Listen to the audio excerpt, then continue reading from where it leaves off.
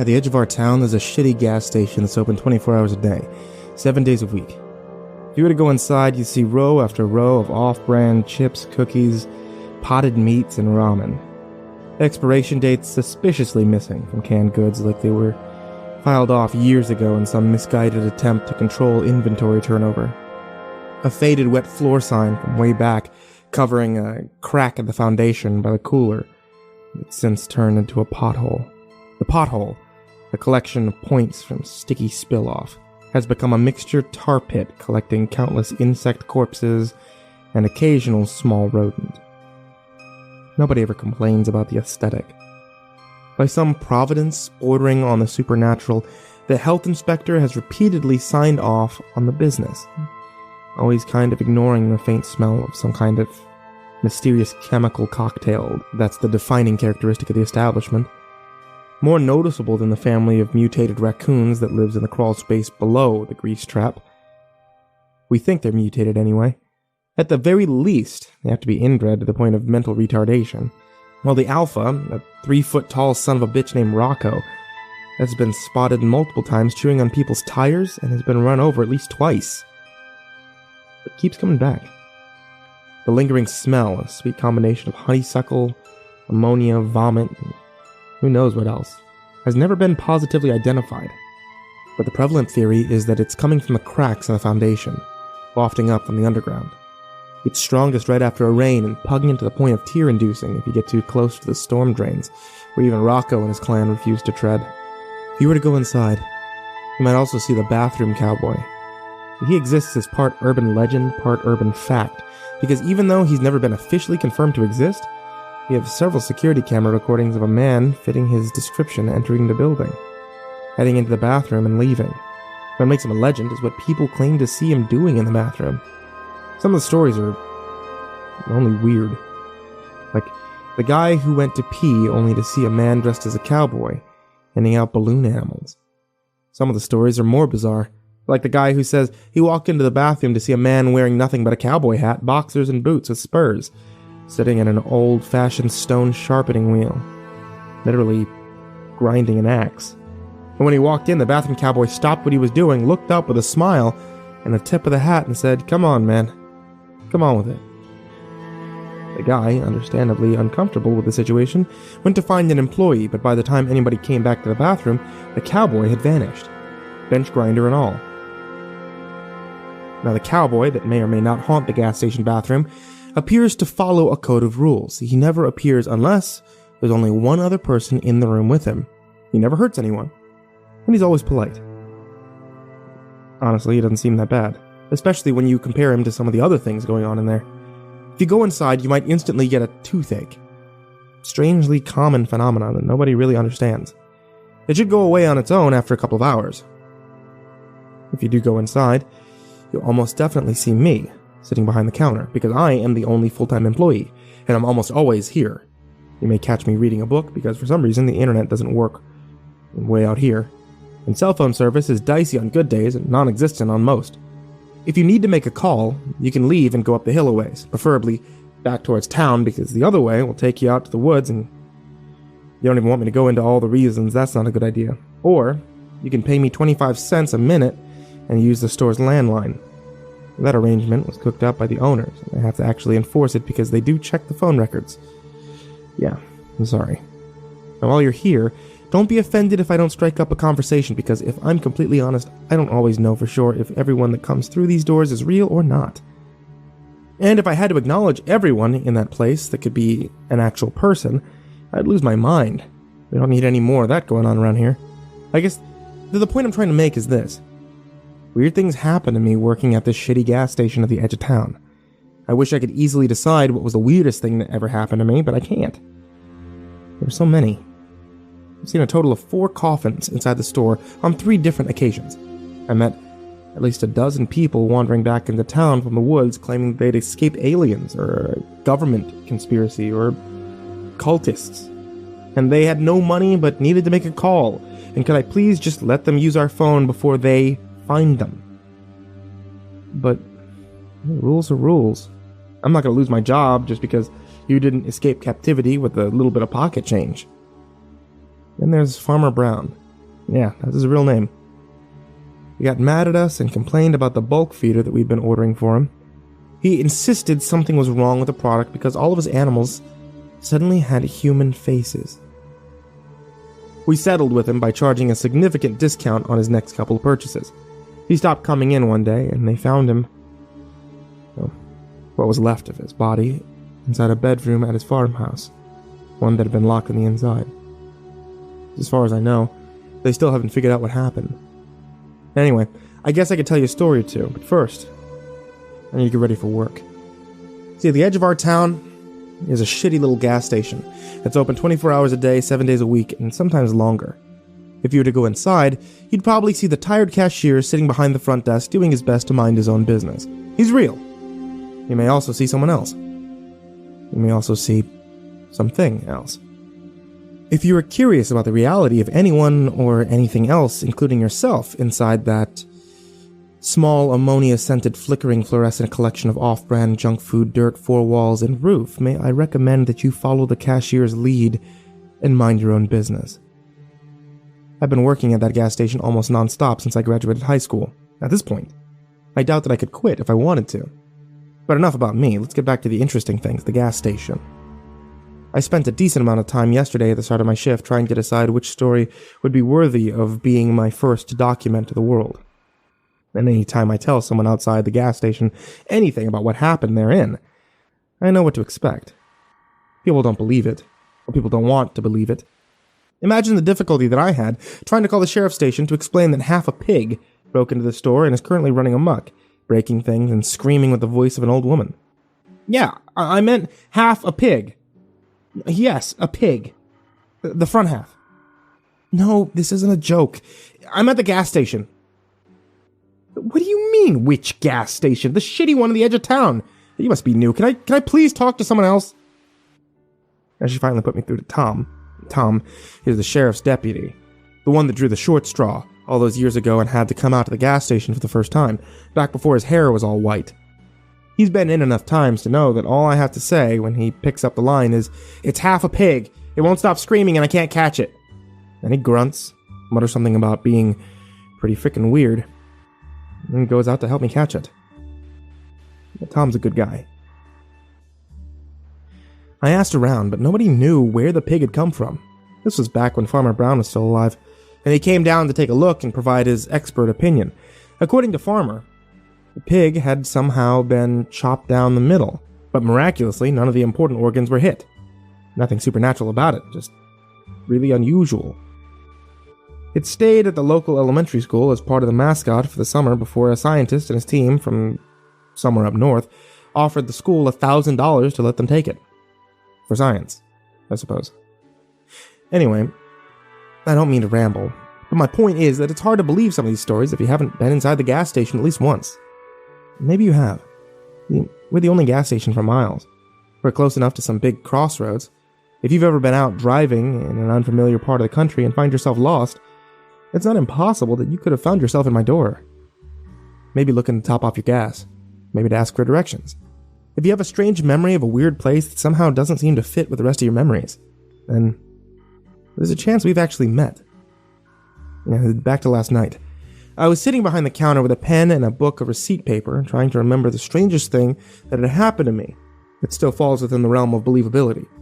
I've had plenty of things that happened to me that were strange, but so unbelievable, I won't even waste anyone's time ever trying to tell them. I call those the try and forget stories.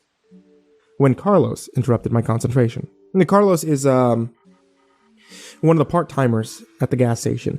We have a long list of part-time employees. The owner likes to hire transients, drifters, hitchhikers, passers-by, and runaways. People looking for work, at least for a few days. I try not to get to know the part-timers. They come and they go after a few days or sometimes a few weeks. Rarely long enough to form any kind of meaningful relationship. But then there's Carlos. Carlos has been working here for almost a year now. He started it as a part of the prison work relief program, unloaded trucks twice a week. He was the only one of the 12 prisoners that didn't disappear during a freak snowstorm last December. But that's none of my business. Carlos did his time, and when they released him, he came to work here, cleaning the store and unloading trucks. He comes in 6 times a day for each of his 30-minute shifts. Actually, now that I think about it, I'm not exactly sure what he does during those shifts. The store is never clean, and trucks only come twice a week, exclusively during the daytime hours, as per an arrangement following the incident. Maybe one day I'll ask Carlos what he does for the owner. All I know is that he's the closest thing to a friend that I have here. And when Carlos approached me at my register last night, I knew something unusual was going on. He was sweating bullets, pale, and on the verge of passing out. He kept glancing back at that man in the suit that had wandered into the store and was standing next to the frozen drink machine. He told me that he needed to talk to me now. I told him go ahead. But he refused to say anything unless I followed him into the freezer. I usually hate to leave the front of the store unwatched. We have the occasional shoplifter. Plus there was that one time that Rocco got in and made off with 2 cases of cigarettes, but Carlos seemed serious. So I made an exception for him. And once we were in the sub-freezing safety of the walk-in cooler, Carlos asked me if I had seen the guy in the suit. I said, yeah, I saw him. He asked if I knew the guy. I said, yeah, I'd seen the guy around town. His name was Kiefer. He was running for some kind of office. I can't remember which one. And he stopped by the gas station every now and then. He drove an old black SUV that only took premium. I didn't know much of him from in town, but he was a local, definitely a local. His picture was framed in my high school's trophy case for one of those sports competitions that he had won years and years before I got there. We only have so many things to be proud of, I suppose, but I knew of Kiefer. We weren't exactly acquaintances. I told all this to Carlos, who shook his head and said, No, that can't be Kiefer. I said, why not? Carlos told me, that can't be Kiefer because Kiefer is dead. I killed him 2 days ago. His body's in the trunk of my car right now. And that's where things started getting weird. I really don't want to do this. I recognize how awful it is to pause a story at a place like this, but I'm about to head back to work, and I only just now was taking my lunch break, and I came all the way down here to the library to document the last things before I forgot. But I still have to eat. I have to change out those dirt-covered clothing before I head back. Did a lot of digging last night. Plus, I don't want to leave the part-timer alone with all those lawn gnomes until we know exactly what's going on. Oh, I forgot to mention the lawn gnomes. Okay, so I'm so scatterbrained right now. Like I said, it was a very strange night between the hand plants, Farmer Jr., and that cultist that wouldn't leave me alone. I hardly had any time to collect my thoughts. And of course, there's the Carlos situation. I promise, I'll come back. I'll tell you all about it. But first, I'm gonna grab some coffee.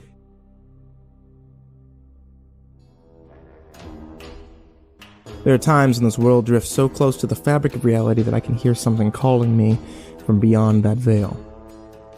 Sometimes when I get too close, I can feel that thing on the other side tugging at the corners of my mind.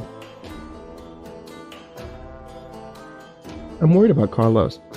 He doesn't seem to be taking this so well. In case you don't know, I work at this shitty gas station at the edge of our small town, and weird things have been happening for as long as I've been there. I only started to tell some of my stories, and if you haven't caught up yet, I'd like to invite you to check out part 1. Now, when I returned to work after my post yesterday, I was delighted to find a stack of receipt papers sitting neatly in the register counter, with notes written in my own shaky handwriting. I don't remember writing these notes, but then again, I don't remember a lot of things. It is possible that I'm worked too hard, or maybe the fumes coming from beneath the gas station are playing tricks on me, or perhaps it's just another side effect of my condition. At any rate, I'm not one to look at a gift horse in the mouth, or any other animal in any other orifice, for that matter. Admittedly, my handwriting isn't the best, and at times, the scratches on the receipt paper become nearly illegible. So if anything herein seems unbelievable, it's probably because I copied it wrong. Now, with that in mind, this is my best effort at the transcription. 7 o'clock. It's getting dark earlier these days. 7:30. Farmer Jr. came into the gas station tonight, asking about the hand plants. I told him that they weren't there anymore. He left his phone number scribbled on the back of a coupon for 15% off bulk pig feed from an online retailer. I think he's trying to send me a message. 9 o'clock.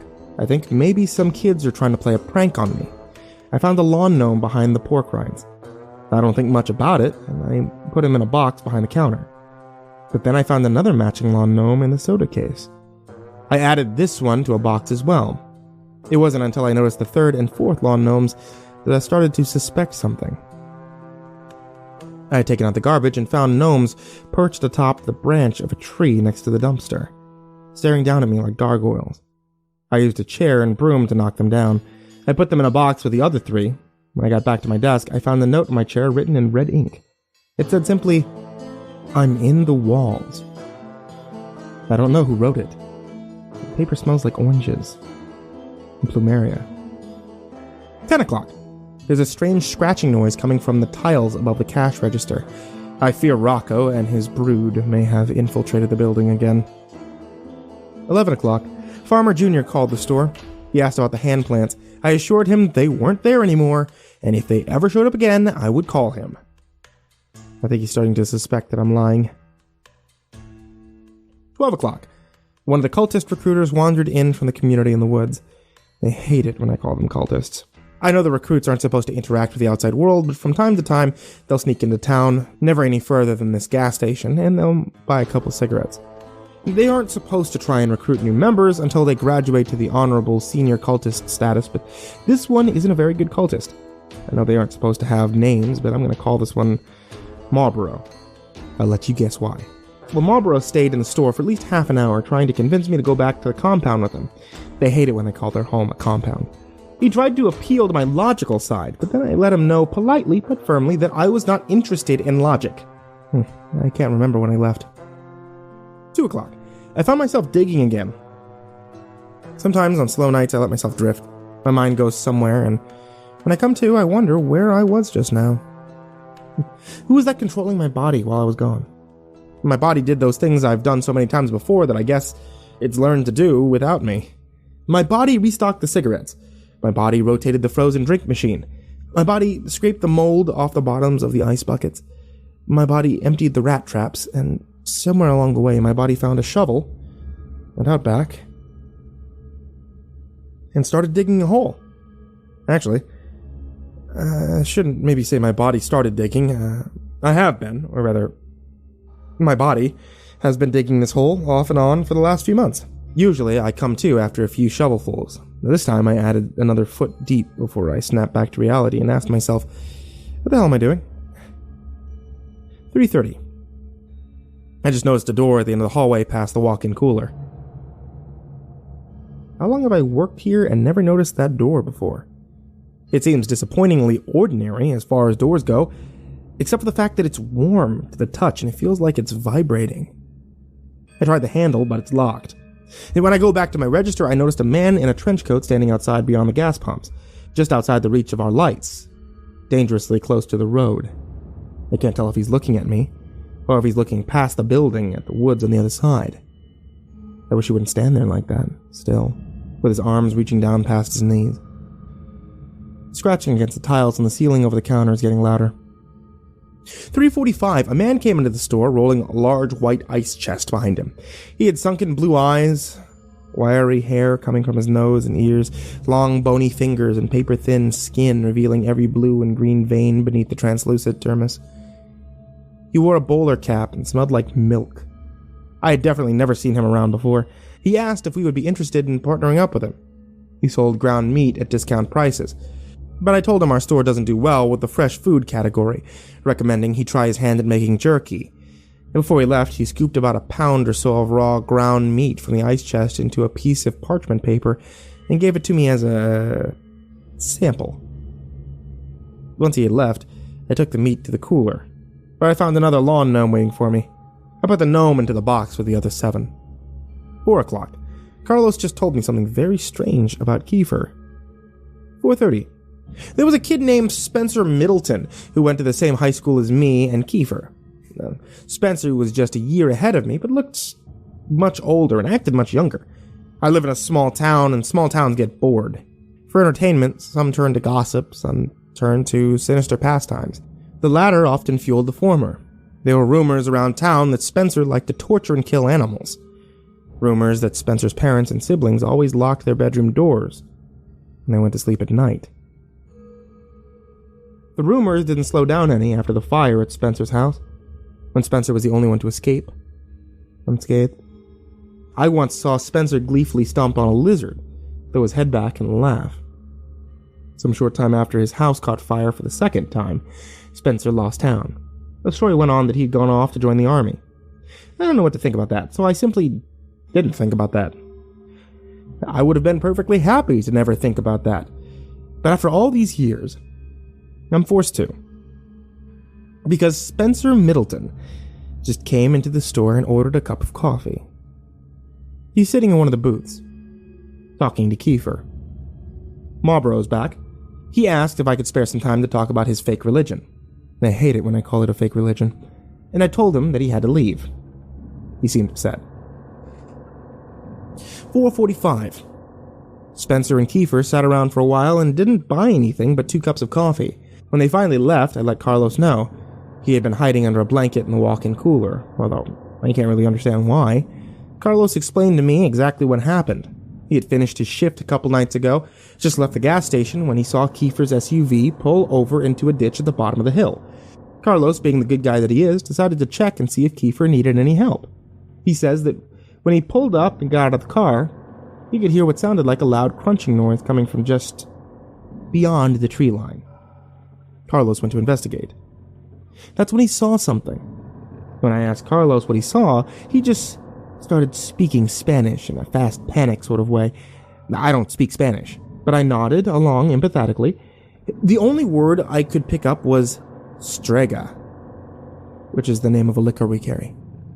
Whatever it was that Carlos was saying, it made him race back to his car as fast as he could and back out quickly, without looking. And that's when he ran over Kiefer. And Carlos is a good guy, but he was in a bad situation. He stopped long enough to get out, check on Kiefer, and confirm that he was definitely dead. There was nothing he could do to change that fact. It was an accident. Carlos was on parole. There was that thing in the woods, and Carlos had to make a decision, so he heaved the body into the trunk of his car, and he drove off. Carlos took me to his car and showed me the body. I can confirm 100% that it was Kiefer in the trunk of his car, not just because of his unmistakable face, but also because of his phone and wallet that were in his pocket. 5 o'clock. I finally got tired of the scratching and pulled our ladder out of the storage to see what the raccoon was doing up in the ceiling, but when I pushed back the tile, the only thing up there was another gnome. That makes 12 so far. 6 o'clock. The man in the trench coat is still outside. The cultist came back in, demanding an audience with me, insisting that if I would just listen to him, I would see that his reasoning was superb and flawless, and that I would be a fool not to join him in the perfection of logic and nirvana that is his belief structure. I agreed to listen to his pitch, if he would agree to ask the man in the trench coat to leave. Our hasty verbal contract in place, I steeled myself to listen. Honestly, he did make a few good points. But I suppose it's to be expected from a viral thought experiment strong enough to convince perfectly normal people to abandon their real lives and go live in that commune in the woods past the shitty gas station on the edge of town. They call themselves mathematists. They believe that humankind exists to fulfill 2 moral imperatives: to decrease suffering and to increase happiness. A successful life increases happiness more than suffering. A decent life decreases suffering more than happiness. How good a person is can be determined by the spread between the happiness increased and the suffering decreased. Obviously, if the individual has a negative spread, that is, if they've increased happiness less than they've increased suffering, or if they've decreased suffering less than they've decreased happiness, then that means, very simply, that the individual is bad. Therefore, if an individual causes a tremendous amount of happiness and suffering, one can simply determine which was higher, and use this perfect rubric to determine whether the individual was good or bad. It's simple, right? Well, the mathematists believe that the world has been going on about good and bad in the wrong way. For eons, we've been attempting to increase happiness, when instead we should have been focusing on decreasing suffering. As happiness is a fluid concept, and the more happiness you create, the harder it is to sustain, as happiness has a clear set of diminishing returns. Suffering, however, is constant. Suffering results from happiness coming to an end. Suffering is pure and eternal. For a mathematist to be supremely good, they must simply end all suffering. That is why the mathematists are working on a bomb to destroy the entire planet. By ending all life on Earth, they end an infinity of suffering into the future. With every life they avert, an entire lineage of people that would be born into a life of suffering will no longer. Every death is a preemptive mercy killing. Every happy moment that will no longer occur pales in the face of all the sad moments that are likewise prevented. And so, as Marlborough explained, their murder cult believes that killing is a kindness. I told him that his ideas were stupid, and he was stupid, and that now he had to go tell the man in the trench coat to go away. 6:30. The phone rang. Now this is strange for two reasons. First, because it was not the landline, it was the cell phone, even though we don't get cell phone service out here. And second, because it was the cell phone. The one I took off Kiefer's body. I'll admit, I was stuck in a bit of a moral quandary ever since Carlos confided in me. On the one hand, Carlos had killed someone. On the other, it was an accident, and Carlos's parole officer may not see it that way. I thought that I would have more time to figure this out, but when the cell phone started ringing, I knew I had to make a decision. I answered it. I didn't speak at first. The voice in the line was one I recognized. "You have something that belongs to my boss." It was Spencer Middleton. "His cell phone and wallet," I answered. "What? No, we don't care about that shit. We can buy more phones. We can get more wallets. You know what I mean?" He was right. I did. "It was an accident," I explained. "We know. We want to make a deal. You give it back, we pretend this whole thing didn't happen." "Can we do that?" "Absolutely." 7:30. Carlos came in for his shift at 7, and I explained the deal to him. He wasn't thrilled, but as I laid it out very clearly, he didn't have a choice. We parked Carlos's Camry behind the gas station near the growth of hand plants, and made a point to stand far enough away as to not get our ankles grabbed. Kiefer's SUV drove up a few minutes later. Spencer was driving. He and Kiefer got out without a word, sized us up, and opened the back of our vehicle. Carlos popped the trunk. Kiefer and I stared at each other, keeping eye contact the whole time while Carlos and Spencer transferred the body from one vehicle to the other. Spencer had a tarp and blanket ready to wrap everything up. When it was over, Kiefer put a hand on my shoulder and whispered in my ear, "You done good." Then they left. Carlos started crying as I went back inside the store. It was almost daytime. And that's when the new part-timer was supposed to take over. 8 o'clock. The new part-timer's late, and I'm overdue for a lunch break. I made the best of my extra time here by putting price stickers on all the lawn gnomes, or ringing them up as miscellaneous grocery for $9.99 each. And I've already sold a couple. I'm a really good employee. 8:30. I went to the bathroom and I saw a man standing there with his pants at his ankles. He wore checkered boxers and a cowboy hat. He smiled when he saw me. Simply said, in a somewhat sing-songy voice, "Come on, man. Come on with it." I took the opportunity to ask him something that had been bothering me. "You know, is everything going to be okay?" The bathroom cowboy took a second to think. Then he pulled up his pants. He walked past me, his furs clinking against the bathroom tile. He stopped for a second. When he was right next to me, he said,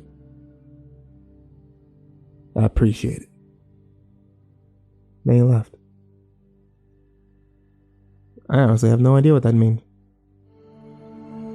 No, that's the entirety of the receipt paper notes, but I did make a point to continue keeping a journal. I think this will be a healthy way of chronicling the weird events at the gas station. Maybe this will even help out with my condition. I don't know. The next time something strange happens, maybe I'll come back. I'll tell a little more. Until then, I guess this is to be continued. Oh, sorry. Upon further inspection, I realized that some of the scribbles on that receipt paper may have been transcribed incorrectly. I also made some adjustments to the spelling and fixed a couple typos on there. But while I was at it, I added another typo just for the observant reader. Lastly, upon the advice of some of my readers, I removed the part where I listed Farmer Jr.'s social security number and address. Also, special thanks to those readers that pointed out that Srega isn't even a Spanish word. See, I asked Carlos about it when he came in for his fourth shift today, but Carlos simply looked at me blankly. He told me that he doesn't speak Spanish.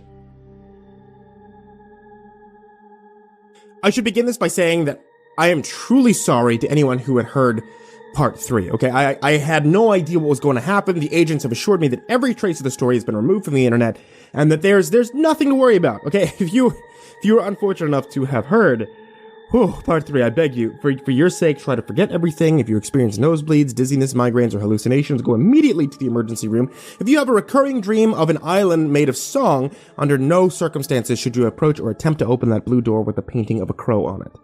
Okay, if you didn't hear Part 3, then there is no Part 3. It doesn't exist. Forget about it. Forget you ever heard of it. By now, you probably already know that there is a shitty gas station at the edge of our small town, and that weird things have been happening there. The city council has personally asked me to stop talking about it, as there have been some astute readers that not only tracked down our small town from the brief descriptions that I've given, but actually come and visited me at work. I heard that one of them has joined the mathematists, and as far as I know, the other two are still missing. Once again, I'm sorry. I'm not working right now. It's the first legitimate break I've had since I started writing my stories on receipt paper all that time ago. And the time moves funny here, see? Flowing slow and fast all at once, like molasses out of a shotgun. It's a good thing that I've been keeping a journal. I've got a few moments before my laptop dies, and I think now might be the perfect time to transpose my journal entries before the battery runs out or the blood loss gets me. Right now, it's a race to see what happens first. Before any of you worry, I've already called Tom. He said he's on his way here to give me a ride to the hospital, right after he picks up dinner for the Ledford orphans, John Ben and his little sister. Tom and the other deputies have been taking turns checking on and bringing them food in an attempt to make the whole thing less tragic. They've been living on their own ever since the incident that totally did not happen. And anyone who says otherwise is a damn liar. There we go again. Off on a tangent. I guess I get to it. And bring up my journal entries while I still can. November 2nd, 2017, 9 p.m.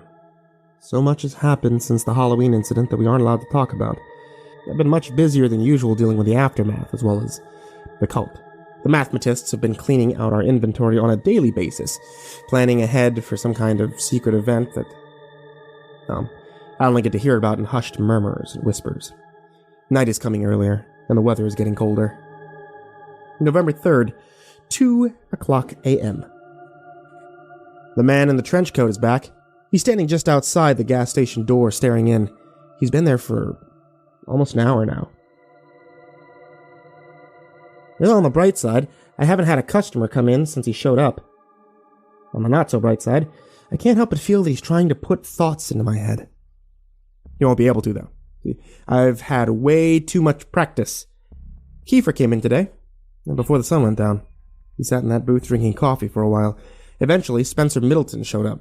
Spencer had a word with Kiefer, then came storming up to my register, screaming at the top of his lungs. He grabbed the display of lotto scratch-offs and threw it across the room.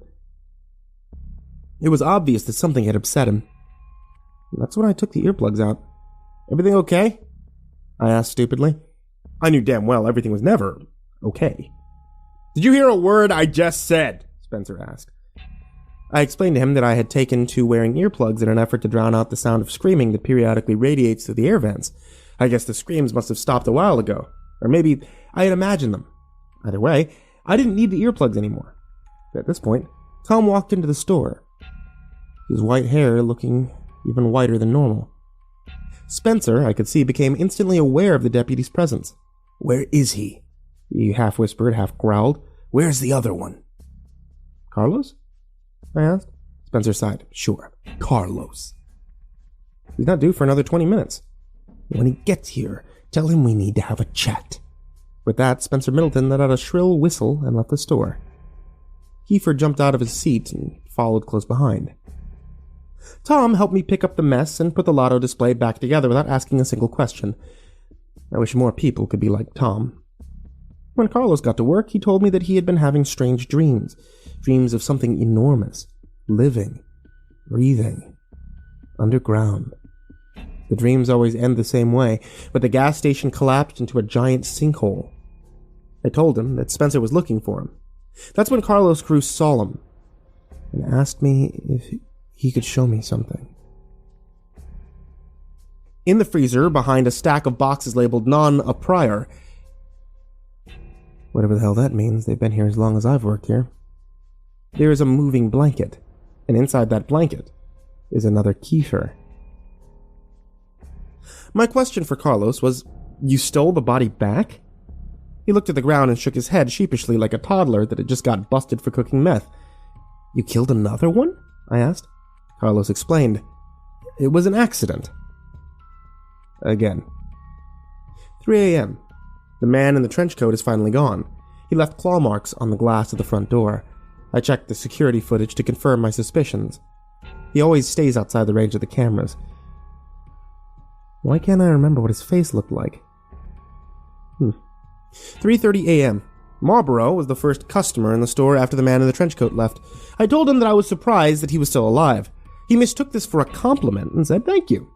I asked him if he was ready for the big event, but then he just stared at me blankly. I could tell that he had no idea what I was talking about, so I filled him in on how I'd put it all together. The unusual cultist activity, the whispers, the buying up of all of our supplies. I could tell that something was about to happen. Marlboro went pale in the face as I was talking, then ran out of a gas station before I could finish, the 99-cent frozen drink still in his hand. I know I should write up an inventory loss slip for the theft, but I just can't bring myself to do it. As hard as it is to explain, there's just something about Marlboro that makes me genuinely feel sorry for him. 6 a.m. I caught myself digging again. I don't know how long I was out there or who was running the store while I was gone. The hole is so deep now that I nearly couldn't climb out of it on my own. I should maybe think about considering the possibility of one day seeing a doctor. 8 a.m. Marlboro was currently crying in the dry storage closet. Through his sobs, I could barely make out the story. Marlboro was sent on some kind of vision quest for the last week and has no idea what the other cultists have been stocking up for. When he went back to the compound earlier tonight, he found the whole place completely deserted. Beds were left unmade. Some plates had food on them. A fire still burning in the fireplace. Everyone's clothes were still in their personal milk crates next to their sleeping bags, but the people, all of the people, were simply gone. Marlboro isn't taking this very well. I have a business to run, so I asked Carlos to help me carry him into the dry storage area. I figured that he could work through some stuff in there, and maybe when he's done, he'll just, I don't know, go home. November 4th, 9 p.m. The exterminators just left. Said they got all the snakes this time. I have my doubts. November 5th, 5 p.m. Kiefer came into the store again today and made some thinly veiled threats. He asked about Carlos too, but I told him I was tired of being the go-between and that if he had business with Carlos, he needed to take it up with Carlos. That's when Kiefer started getting weird. You know this place is just a big experiment, and you're the little mouse. I asked Kiefer to buy something or leave, so he bought a pack of toothpaste, then started to undress in the store and rub the toothpaste on his naked body. They tell me that something's wrong with your brain. Is that true? I tried to be polite and avert my eyes and answered, yeah. You have some kind of mental condition? I answered again, yeah.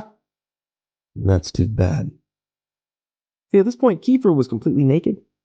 He walked over to the frozen drink machine and filled a large cup with a sugary red concoction before turning it upside down on top of his head. Then he shook himself violently like a wet dog, flinging bits of cold, sticky debris across everything from the ceiling to the walls, some of it even landing on my face, but I tried not to let him see me flinch. I knew this was all just an attempt to intimidate me, and I didn't want to give him the satisfaction. What is it exactly? He asked as he crossed back to where this pile of clothes waited for him. What? I asked. What is your condition? Paranoia? Schizophrenia?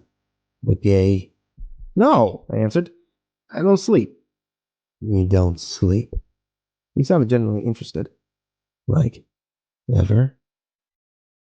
I can't fall asleep. I haven't slept a single day since high school. It's a rare genetic condition with no cure and no treatment, and one day it'll kill me. But until then, I handle the effect as best I can. Kiefer nodded. That must be it. That must be why he can't reach you. Why who can't reach me? Right then, Spencer came into the store. He threw a blanket around Kiefer and ushered him out to the waiting SUV. A moment later, he came back into the store and offered me $100 for the security tape for tonight. I wonder what I'll spend my $100 on. 9 p.m. I was beginning to suspect something wasn't quite right in the store. I've been finding empty candy bar wrappers strewn about, security tapes mysteriously deleted, strange noises coming through the walls in the middle of the night when I should be alone. At least, more strange noises than usual. At first, I assumed it was just raccoons. But now I know the truth. Now I know that Marlboro has been living here for the last 2 days. He just walked out of that supply closet wearing a bathrobe, nodded to me as he grabbed a stack of beef jerky, and went into the bathroom. It had not even occurred to me that Marlboro had never left. November 6th, 4 a.m. It finally happened. Yeah, I suppose it was only a matter of time. I know that I should be feeling regret or shame or any other emotions that normally people feel after something like this happened. But all I feel is embarrassed. I came to a couple of hours ago with a shovel in my hand. I had been digging again, and this time I had made some serious progress. The hole was at least 7 feet deep. The steep walls made of loose red clay. It took me a while to realize that I was staring up into an inky black night, peppered with uncountable stars, when some of the bigger celestials started to move. I realized those stars were actually just the soulless red eyes of the mutant raccoons staring down at me over the edge of the hole. Probably looking for food. Shameless beggars. I chucked the shovel out of the hole, and that's when I heard it.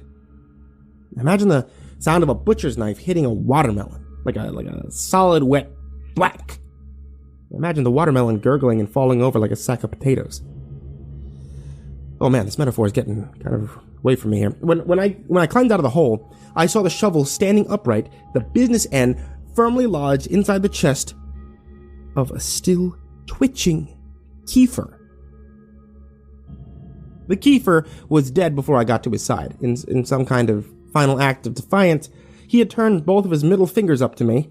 I felt like the slightest amount of respect for him before I went into a mental state that I can only describe as subdued panic. The first thing I wanted to do was find something to wrap the body in, because surely Spencer Middleton would come for it soon. You know, when I went into the gas station, I was surprised to find that Marlboro had taken it upon himself to work the cash register while I was gone. He was ringing up one of our regulars, Charles, the big fat man that always buys soap and boiled peanuts. I nabbed the tarp off the shelf, took it outside, and that's when I learned something. Kiefer is heavy, like really heavy. Like, I understand that a human body is basically just a meaty, fleshy water balloon full of guts and excrement, but nothing could prepare me for how leaky and gross and heavy a dead man can be. It was only by some miracle that I managed to drag Kiefer through the back door and into the freezer without being seen. It took all of my strength to pull the mass behind the boxes and onto the stack with the other 3. When I finally finished, I worked up a sweat. Even the cold of the freezer wasn't enough to keep me cool. As I stood there letting my breath come out and the adrenaline wear off, I took stock of my situation. That's when it dawned on me. There were 4 Kiefers in the freezer with me. 4 Kiefers. Where the hell did the other 2 come from? The freezer door opened and Marlboro entered, dragging a dead Kiefer by the legs. He stopped, made eye contact with me. When he saw the Kiefers at my feet, I said the only thing I could think of. Well, this is awkward. Marlboro and I decided to open a bottle of Strega, have a few drinks. He explained that he had accidentally killed Kiefer a couple times. I totally understood. I mean, the guy was easy to kill. At one point, Carlos came into the freezer to grab a box of cookie dough. Didn't even acknowledge all the Kiefers. Now, shoot, my laptop battery is currently at 2%. It's obvious now that I won't be able to transcribe the rest of my journals before it dies. I don't have the time to tell you how I ended up at the bottom of that hole underneath the store with a broken leg, but I can tell you that I hear someone moving around above me, which is good, because I don't think I'm alone down here. Now, if you're hearing this, it means that I managed to upload my story. If you're not hearing this, then what even are you? Someone just called my name from the top of the precipice. I think it was Carlos. I wonder what happened to Tom. Actually, why didn't Tom ever show up? Come to think of it, I seem to remember Tom didn't survive the Halloween incident. Wait, who the hell have I been talking to this whole time? I promise that if I survive long enough to recharge my battery, I'll come back and tell the rest. Until then, I guess this story is to be continued.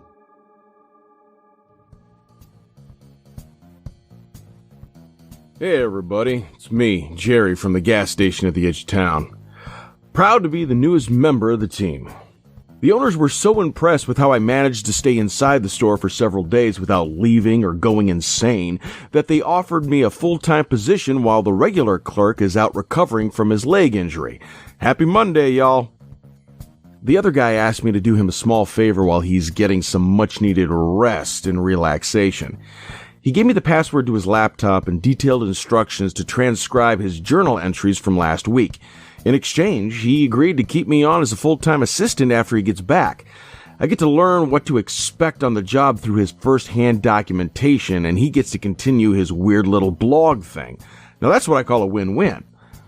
If I'm being honest, this is probably the best thing that could have happened to me right now. Ever since the program mysteriously dissolved at the Mathematist community, I've been feeling very lost and vulnerable. I've been losing weight and having trouble sleeping, and when I do, I keep having these weird dreams of some enormous being deep below the gas station waiting to devour us all. Clearly, a mistake was made and I was overlooked.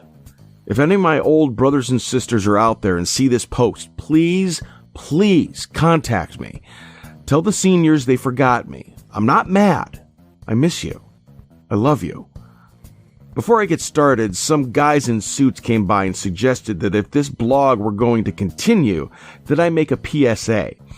If there is anybody still alive that read the story about what happened here on Halloween, don't wait for symptoms to start. Please go to the nearest emergency room or call the Center for Disease Control and tell them you are experiencing the effects of Rommel's syndrome. Anyway, back to the journals. I'm going to do my best because the guy's handwriting is awful, but here's the parts I could read. 7 p.m. The man in the trench coat was standing out back when I went to take out the garbage tonight. I don't know why the man in the trench coat keeps visiting my store or why I've never gotten a good look at him. He was standing at the tree line just beyond the dumpsters, staring as he ever did. Tonight, I stared back. The hinge of his jaw began halfway up his face where his nose should have been, the edges pulled back to either ear in a skeletal grin. His tiny, milky white eyes were beads behind the oily black hairline that hung down straight in bangs all the way to his cheek jowl. His impossibly wide mouth bisected the head between greasy hair and wet flesh. Drool, I would assume. We stood there, 15 feet apart, staring at one another for what might have been 10 seconds or 10 minutes until finally the man in the trench coat turned away. His legs bent funny, in a way that human legs shouldn't be able to bend, and he landed on all fours before galloping off into the woods. I don't know if I've seen the last of the man in the trench coat. Holy shit, did you guys read that? This is some crazy shit. Sorry, Jerry again. I promise, I'm not going to do the running commentary thing. I just had to say, Jesus, you know? This is some weird stuff. I mean, I remember him telling me a couple weeks ago to go outside and talk to a man in a trench coat. I'm super glad I didn't now. What the hell? Okay, that's it. I'm done. Back to the transcriptions. The next page is soaked in blood and completely unreadable. I'm gonna have to skip that part. Hundreds and hundreds of them. She had never seen so many in one place before, not even in her dreams. Before she left, she told me that I would see her again. Was that supposed to be a warning or a flirtation?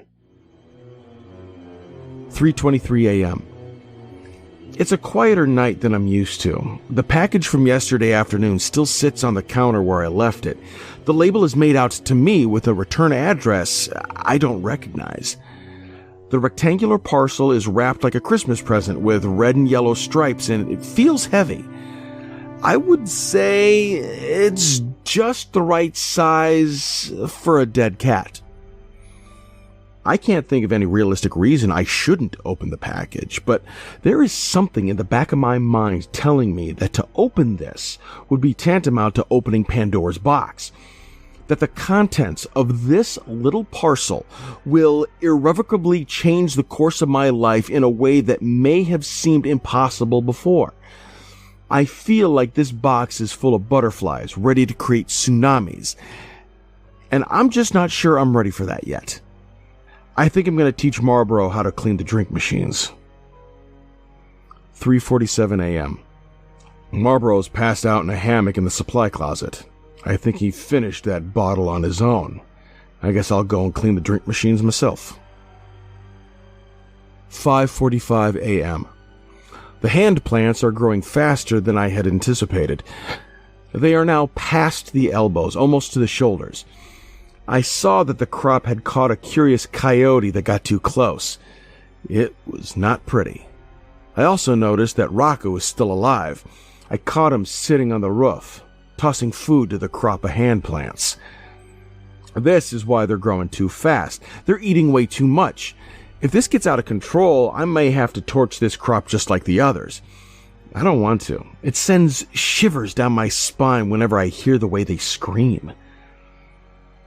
7:30 a.m. Carlos came in for his morning shift looking pretty terrible. He filled up on coffee and told me that he hadn't been sleeping too well. The bad dreams have been keeping him from getting a restful night. I wonder if I should tell Carlos about my condition. He asked about the gift wrap package sitting on the counter. I told him that it came with the post yesterday and I didn't know who it was from. He asked if I was going to open it, and I told him that I had a bad feeling and pretty much decided to never, ever open it. 10 a.m. I decided to open the package. Without any fanfare or drumroll, I'll just tell you that what I found inside was a brand new laptop computer. I've never owned my own laptop before, and the only computer that ever belonged to me was a crappy little Tandy 1000 that I put together as a kid. I've always used the library computer lab or the browser on my phone to access the internet. This could be a game changer. The box also contained a signal repeater and some other gizmos. I know this is crazy, but I think I may actually be able to access the internet from the gas station now. There was a handwritten note at the bottom of the package. Hello. I left a comment on your page. There's something I want to tell you. I'm enjoying reading these stories you're writing, but I think if you actually sit down and write out one story at a time, that you will get a lot more upvotes. But it right now seems like a lot of half stories thrown together.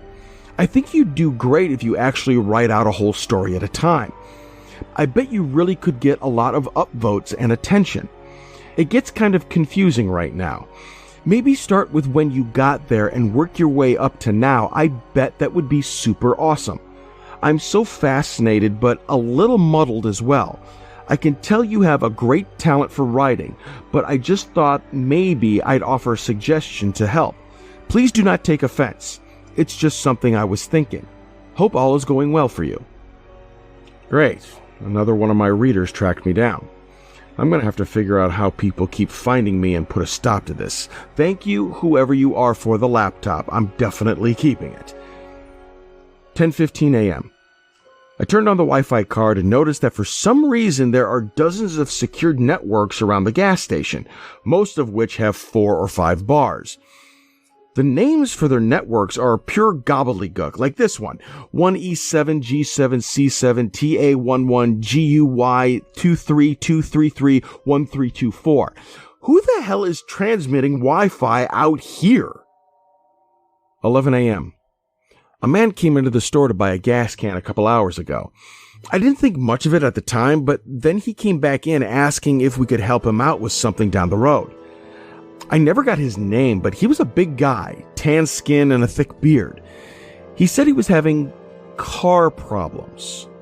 I told him I wasn't a car guy, but he insisted that he didn't need a car guy. He just needed someone else to see what he was seeing. Marlboro agreed to watch the counter while Carlos and I followed the bearded man down the hill and around the curve, close to the spot where Carlos saw that thing in the woods. He couldn't remember what happened that night.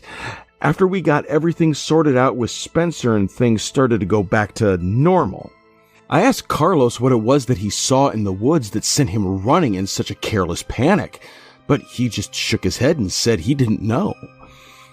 The mind is a funny thing, and memories aren't the most reliable. I realize that I'm not the only person from the gas station with a list of try and forget stories.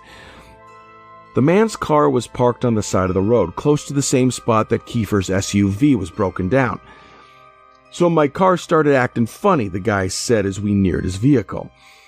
I began to wonder why we had walked this whole way when our own vehicle would have been quite useful in a case of a dead battery or, random bear attack. The guy kept going. I pulled over onto the side of the road when my electricals all started going haywire. I killed the engine, then when I tried to turn it over again, nada. I could see at this point that the hood was open. The man was driving a big black SUV similar to the one Kiefer owned, but newer and shinier. I don't see what's so weird about that. You need us to call a tow, or the man cut Carlos off. Rudely, I might add. I popped the hood, but everything was in order. I thought it maybe just needed some gas, so I went up to the station. When I got back, I saw this. We rounded the front of the car and we saw this he was being so vague about. A small oak tree, maybe 4 or 5 years old, was growing up from the ground beneath the car, through the engine, and stretched upwards at least 9 feet. The trunk of the tree had swallowed a decent portion of the engine, and from the looks of it, the car had been parked there for years. Interesting, I said. And you're sure that this wasn't here when you started driving? Before he could answer, he spun his head around and looked at the forest. You boys hear that? He asked. We stood still and listened. But I couldn't hear anything. No, I answered. Carlos shrugged. You boys know what an anglerfish is? The bearded man asked as he walked to the back door and opened it. Yeah, I guess, I answered. The bearded man pulled up a secret compartment from beneath the floorboard and retrieved a large automatic rifle. Now, I'm not a gun guy, and I can't tell you what kind of gun it was, but it was big and impressive and cool looking. The guy checked the clip and clicked something on the gun that I guess could have been the safety. Again, I'm not a gun guy, but it sounded super cool. Carlos put a hand on my shoulder and slowly backed away from the man with the gun, pulling me with him. But the man didn't seem to mind us one bit. He was focused on whatever he heard in the woods. If I'm right, you boys have an anglerfish in them woods. It's putting something out there to lure me in, make me think I'm hearing something that I'm not. Then, when I go looking for the one thing, bam, it attacks. Oh, like a siren? I asked. The man looked at me over his shoulder with a smirk and said, Yeah, like a siren. Y'all may want to get out of here. This could get dangerous. Don't worry about me. I've dealt with these things before. I'll be fine. The man pointed his gun and marched into the woods while Carlos and I made our way back to the gas station. 2 p.m. It's time for me to go home. I haven't used the laptop yet, but maybe tomorrow I'll start to type up these journals. November 8th. 6 p.m. It's getting dark so early these days. I noticed that the bearded man's SUV is still at the bottom of the hill with the tree growing through it. I would not call that a good sign. 11 p.m. I burned the rest of the hand plants. I finally know what's going on. A long time ago, I noticed what looked like strange mushrooms growing in a patch near the dumpster behind the gas station. I didn't think much about them, except that it was strange that Rocco's brood wouldn't go near them. When I took a closer look, I could have sworn that they looked like baby fingers poking out of the ground. As the weather got warmer, I kept an eye on the crops. They started getting longer and looking more and more distinguishably similar to human fingers. I swear they even started growing fingernails. Sometimes I would see them bend at the digits to squash a bug that wandered too close. Eventually, the mushrooms started sprouting leaves, and the finger sections continued to stretch out, creating what could only be described as hands, human hands. They would ball up into fists during the daytime and open up in the moonlight. I dug one of them up one day when we were really slow at work. I called Farmer Jr. to ask for his professional opinion. To the untrained eye, the hand plant looked just like a regular human hand, smaller than an adult's, but larger than a child's, adolescent, teenager maybe. At the wrist, it turned into a gnarled root that smelled like sassafras, and throughout the plant, tiny leaves were sprouting. Farmer Jr. stood in the gas station looking it over for a while before asking me if we had any more of those things. I lied and told him no. I asked the owners what they wanted me to do. They thought it over for a couple days, then they told me to keep them. I think they expected to be able to make some money off them somehow, but eventually everyone forgot they were there. Everyone but me. And Farmer Jr., of course. I was thinking about the bearded man when I first heard the sound of a baby crying somewhere outside. I was alone in the store, and my first instinct was not the heroic one that most people may have had, to run outside and see where the poor baby was. My first instinct was more callous and irrational and in the form of a question. How the hell did a baby get way out here without me hearing it coming? Something wasn't right. The sound of the cries, which I could deduce were coming from the tree line, were getting louder and louder and more desperate. I looked around for Marlboro, but couldn't find him anywhere. If I was going to investigate the potential forest baby, I was going to have to do it alone. I remember the bearded man hearing the siren call of that thing he called an anglerfish. I remember Carlos's sound of crunching in the strega. And absolutely no part of me believed that I would be safe if I went into the woods, or that there was really a crying baby out there. But what if? I grabbed a flashlight and went out back. The crying seemed to be moving deeper into the forest, quickly, like the crying baby were being carried off by something that didn't have to stop and move around trees or physical barriers. I walked into the forest just far enough to find the last thing I ever expected to find. It seems that the hand plants had extended slightly further than the little patch outside the gas station. Those plants that I had been watching and burning whenever they got too aggressive were not as controlled as I previously believed, because out here, just a few steps into the woods, was a hand plant that I had missed, that I had never trimmed or culled or burned, that was left free to grow as large and wild as it possibly could. Out here was a hand plant that had grown so large it had fallen over. It had grown past the shoulder. It had grown its own head and torso and crotch and legs. Out here was a full human body covered in tiny leaves, huddled on the ground and attached to the soil by thick talons of brown roots. And the weirdest part of all, the body was one that I recognized. The body, the fully grown hand plant, was Kiefer. I don't know what possessed me to touch him. Maybe I just wanted to make sure that he was real, as if touching him would prove that one way or another. When I did, his eyes opened and he cracked a smile. He could not move. The roots had him firmly stuck in place, but this Kiefer plant could talk. And talk he did. We stayed out there talking for over an hour. I won't go into everything the Kiefer plant said, but I will say this. There is something under the gas station, something big and powerful, something plotting, and I've been working for years in a cloud of this dark god's farts. I felt extra terrible setting the fully developed Kiefer plant on fire after I burned the rest of the crop of hand plants, but honestly, what choice did I have? When I got back to the gas station, Spencer was waiting for me. He knew I knew, and I knew he knew I knew. I was halfway expecting what came next, but not expecting him to enjoy himself quite so much. Spencer locked the front doors, then proceeded to beat the crap out of me. I'd like to say I got in a few good hits as well, but that would be a huge lie. I don't think I laid a single finger on him, although I did mess his knuckles up pretty good with my face, so I have that going for me. Spencer dragged me across the gas station to the hallway past the bathrooms, past the walk-in cooler, to that big strange door that I had only just noticed a couple weeks ago. If it were possible for me to pass out, I'm sure I would be unconscious right now. "Why are you doing this?" I asked as he banged the door 3 times.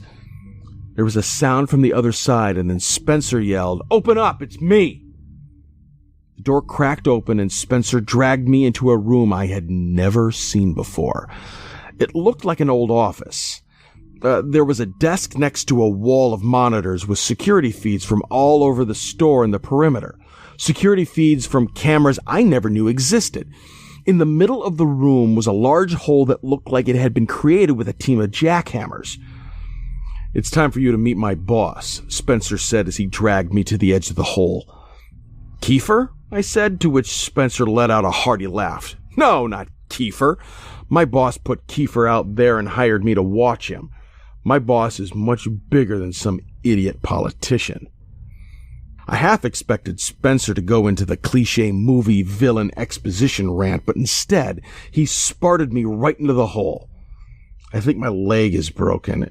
At least I assume that's what the bone poking out means, but hey, I'm no doctor. I would be really worried right now if it weren't for the fact that I stole Spencer's cell phone in the scuffle. Just as I expected, Spencer had the same network as Kiefer, which means he somehow had service. I put in a call to Tom's direct number, so I'm sure he'll be along shortly.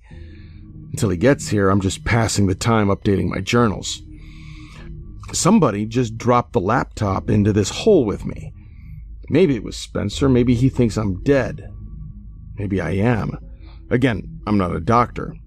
Whoever it was, I think I might have heard the sound of boot spurs clicking against the tile as he walked away. I guess I'll boot this thing up and start transcribing my journal before it's too late. Okay, so this is the last of his journals. You're probably wondering to yourself, where was Jerry while Spencer was beating the crap out of poor old Jack? Well, I had gone into town to see a movie. Yes, I went and watched Thor Ragnarok. If you haven't seen it, go see it. It is awesome.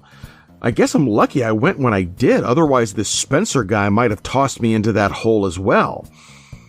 I was the one that found Jack. When I came back to the gas station, I couldn't find anyone anywhere. So I went searching until I noticed that door at the edge of the hall cracked open slightly. I also found a really poorly made bomb behind the register, but it didn't take long to disassemble. You can thank the mandatory bomb building classes at the Mathematist program for that. No big deal, just me being my typical heroic self.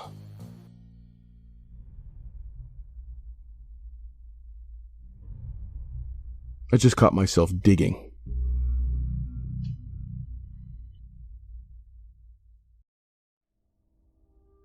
Recovering from injury sucks. Recovering from an injury when you can't fall asleep sucks worse. Recovering from an injury when you can't fall asleep while simultaneously being hunted by a sociopathic lackey of a dark god with a personal vendetta against you sucks even worse.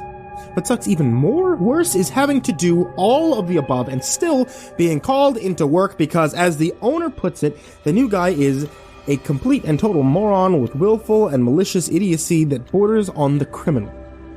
And so, here I am, against the doctor's advice, at the shitty gas station at the edge of town, only a little worse for wear. What's really incredible is that I've only been back for 1 day and there's already a body count. More on that later. My right leg is in a cast from the ankle to thigh, and I've elected to use crutches because, unsurprisingly, the gas station is not wheelchair accessible. The cast has several signatures and messages, which is very strange because I have no memory of anyone signing it. But that could just be a result of the pain meds. Looking down now, I can see that Carlos scrawled this message. Try and stay out of trouble. C. There's also a message in red crayon. Jerry was here. A few signatures scribbled in Sharpie, and a little further up my leg I have to pull my pants way up to read it. This note. Well, that's annoyingly cryptic.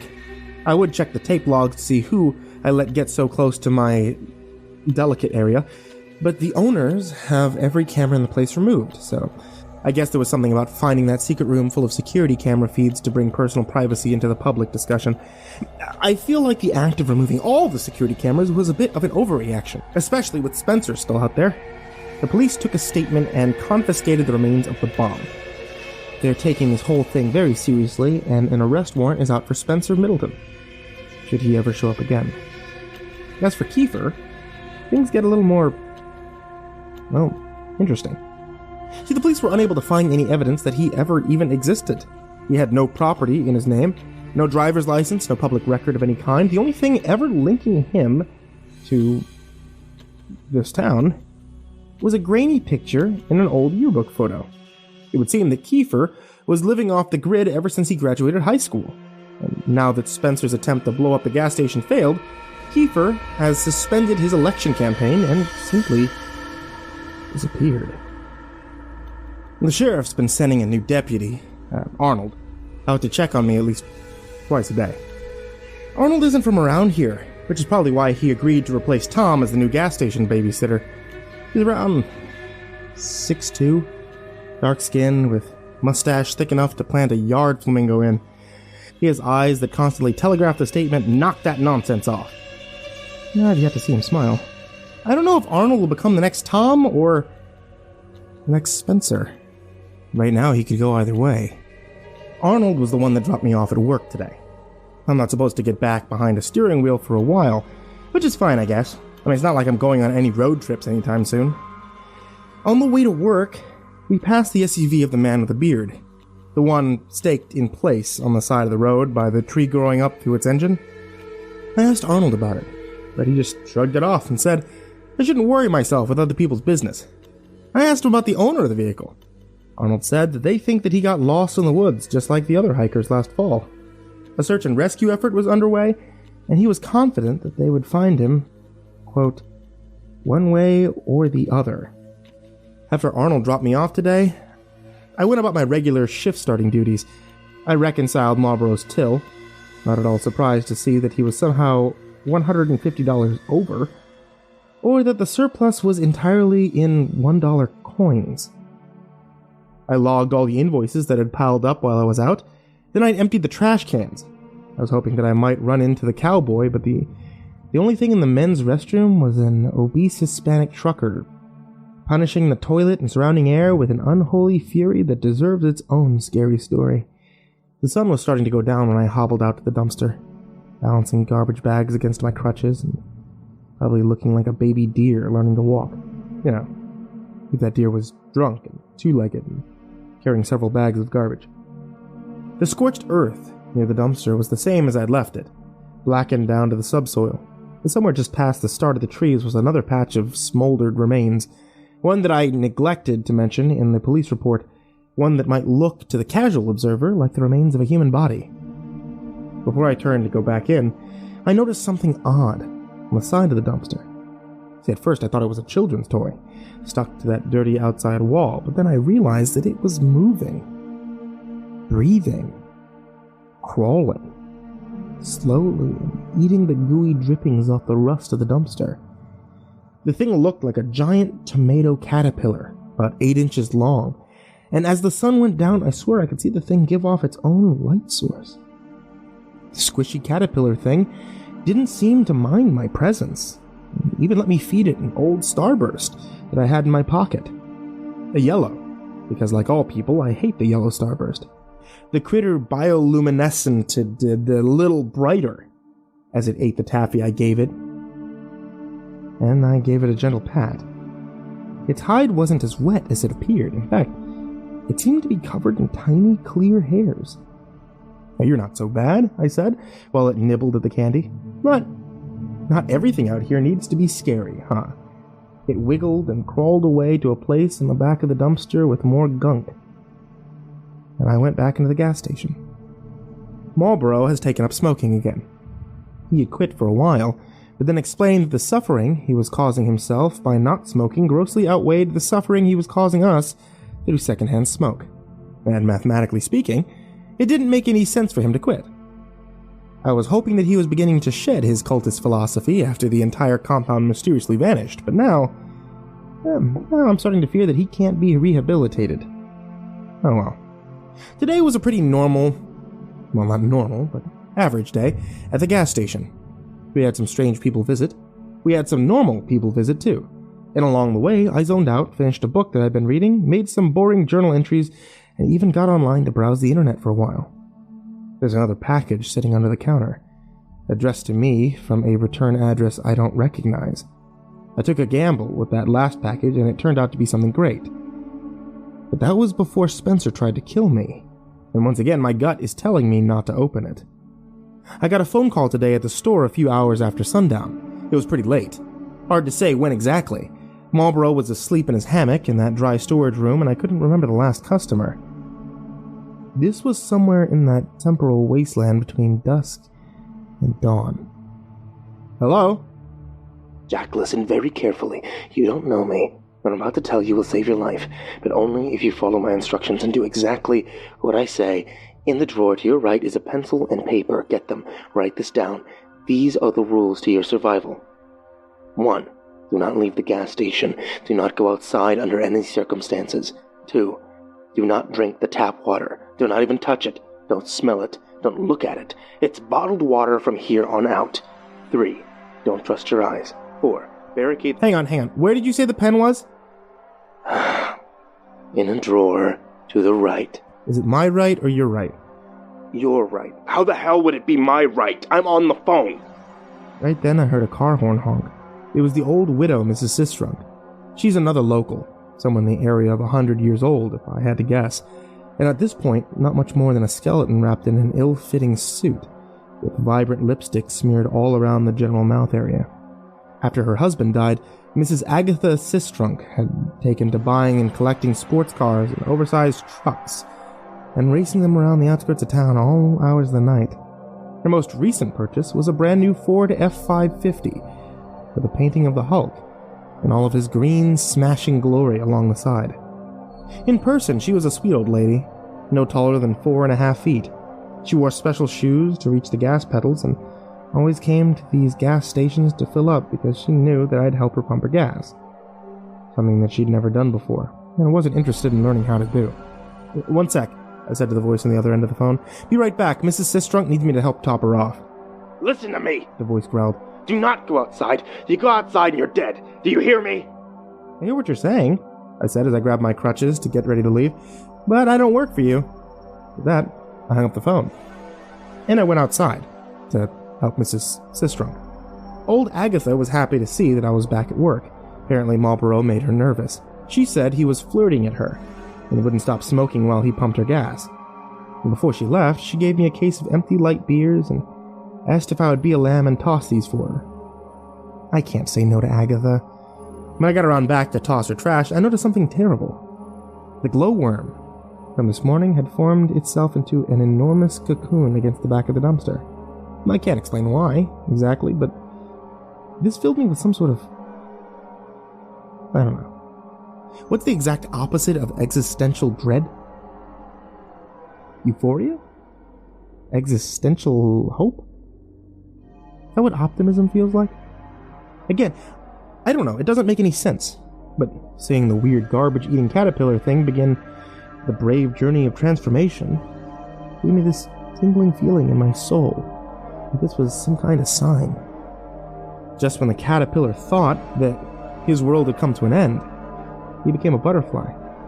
My world has felt like it's been coming to an end for a while too, little buddy. Maybe I'm also on the verge of a metamorphosis. Maybe the world doesn't have to be so strange and scary. Maybe it can be strange and cool. I decided that whatever hatched from the cocoon, be it butterfly or moth or monster, I was going to name it Starburst. I hobbled myself back to the gas station and I tossed one last look over my shoulder at the dumpster to see that one of the raccoons was stuffing the cocoon into his mouth. It devoured the whole thing in a couple of bites before making eye contact with me and dashing off into the woods. Carlos came into the store for his late shift and asked how I was feeling. I told him the pain was tolerable. He nodded, like that was the kind of answer that he was looking for, and I went back to reading my book. A few moments later, the man with the beard came into the gas station. I almost didn't recognize him as the same man that went off into the woods after the creature he called an anglerfish. He had lost a lot of weight, his beard wasn't nearly as well kept, and he smelled like he had bathed in a tub of pee that someone had farted in. "Hey," I said when he came in, "you're still alive. Cool." Did I mention that the man was holding a pistol when he walked in? The thought crossed my mind for the briefest moment that I wondered what happened to his big gun. I didn't have time to ask him. He quickly found the locks on the doors, used them, then covered the short distance to my register, gun extended, and aimed at my face. "I told you not to go outside. You're lucky you're still alive," he screamed before grabbing the store phone and yanking it out of the wall. He threw it to the ground with a loud, satisfying smash and asked, "Who else is in this building?" "Well, let me see," I said, thinking. "It was you, and me, and probably the other cashier, unless he went into town again." "I saw the other car out there. Toyota. That's yours?" "No, that's gotta be Carlos."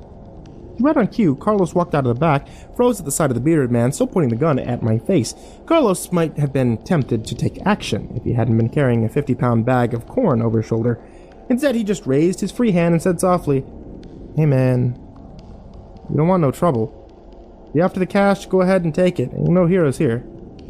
The bearded man laughed in an obnoxious way and said, "Well, there's at least one. My name's Benjamin. I'm here to save your sorry asses." Carlos and I made eye contact. A lot can be conveyed in just an instant if you know the person you're looking at. He was trying to see what I wanted to do. I was trying to tell him to relax.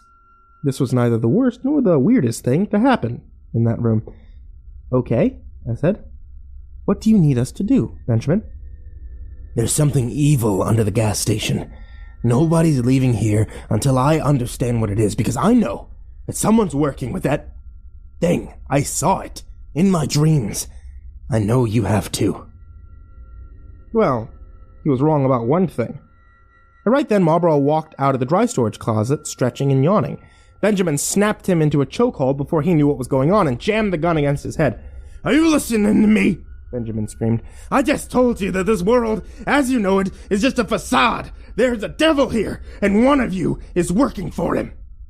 He looked at both of us for some kind of reaction. I don't think he got the one he was looking for. I just shrugged. Said, "Neat." Right then, Marlborough surprised the pants off everyone by half yelling, half laughing, "Let's do this! I'm not afraid to die!" before reaching up, grabbing the gun pressed against his head, and pulling the trigger. Now, I've seen a lot of weird stuff working at this shitty gas station. I've been nearly killed once, twice. I've watched the same guy die over and over in front of me. I've seen things that may or may not be real because I can't dream. And sometimes I wonder if my mind is making up for that in other ways. I've seen ball lightning, people with blue skin, a man with two heads, talking dog, an Elvis impersonator that may have been a little too convincing. I've seen so much weird stuff in that room. But this was the first time I ever saw a look of surprise like that on anybody's face. And it was absolutely priceless. What the hell is wrong with you people?" Benjamin said, backing away from us. "Ain't nothing wrong with us," said Marlborough, relieved to be free from the headlock. "What the hell's wrong with your gun?" "How'd you know I was out of ammo?" "I didn't." There was a loud thud as Carlos dropped the sack of corn. He was next to talk. "I think maybe you should get out of here, pal, while you still can." "Afraid I can't do that," Benjamin responded. "Not until this thing is dead, and not until I heard a wet thunk before I saw anything, before Benjamin went limp and hit the ground. When my eyes caught up to the situation, I hoped that what I was seeing was a hallucination. But the look of fear on Carlos's face told me that this wasn't the case. The man standing behind Benjamin, holding a bloodied shovel, the man that just saved our bacon, was smiling a toothy, delighted smile that he only made after inflicting the kind of pain he'd just inflicted. "Hey, Jack," said Spencer Middleton. "You miss me?" He stuck Carlos and Marlborough in the walk-in freezer. Marlborough is and always has been a go-with-the-flow kind of guy, so he went to the freezer voluntarily. Carlos put up a fight, which is why he ended up bruised and bloody and barely clinging to consciousness. From what I could see, Benjamin looked like he might be dead. At best, he was out cold in a slowly spreading pool of his own blood.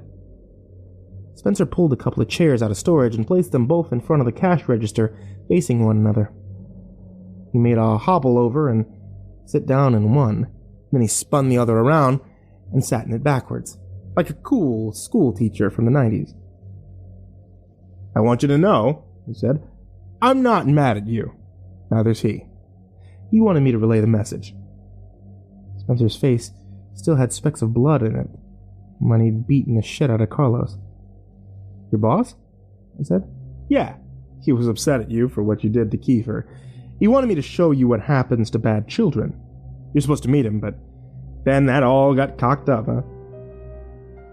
I guess it wasn't my time to die," I answered. That's when the smile faded from Spencer's face. He shook his head at me and said, "Die? No. You weren't supposed to die. You can't die. We need you." I saw some movement behind Spencer, but tried not to break eye contact. It was Benjamin. He was alive. And right now, my best shot at getting out of here. He was moving slowly on the ground, regaining consciousness, but miraculously not making any noise. I tried to keep Spencer distracted. "Your boss. Okay, tell me more about him. How did he find you? Who is he?" Spencer chuckled. "Oh, he's got a lot of names, but you'll meet him soon enough.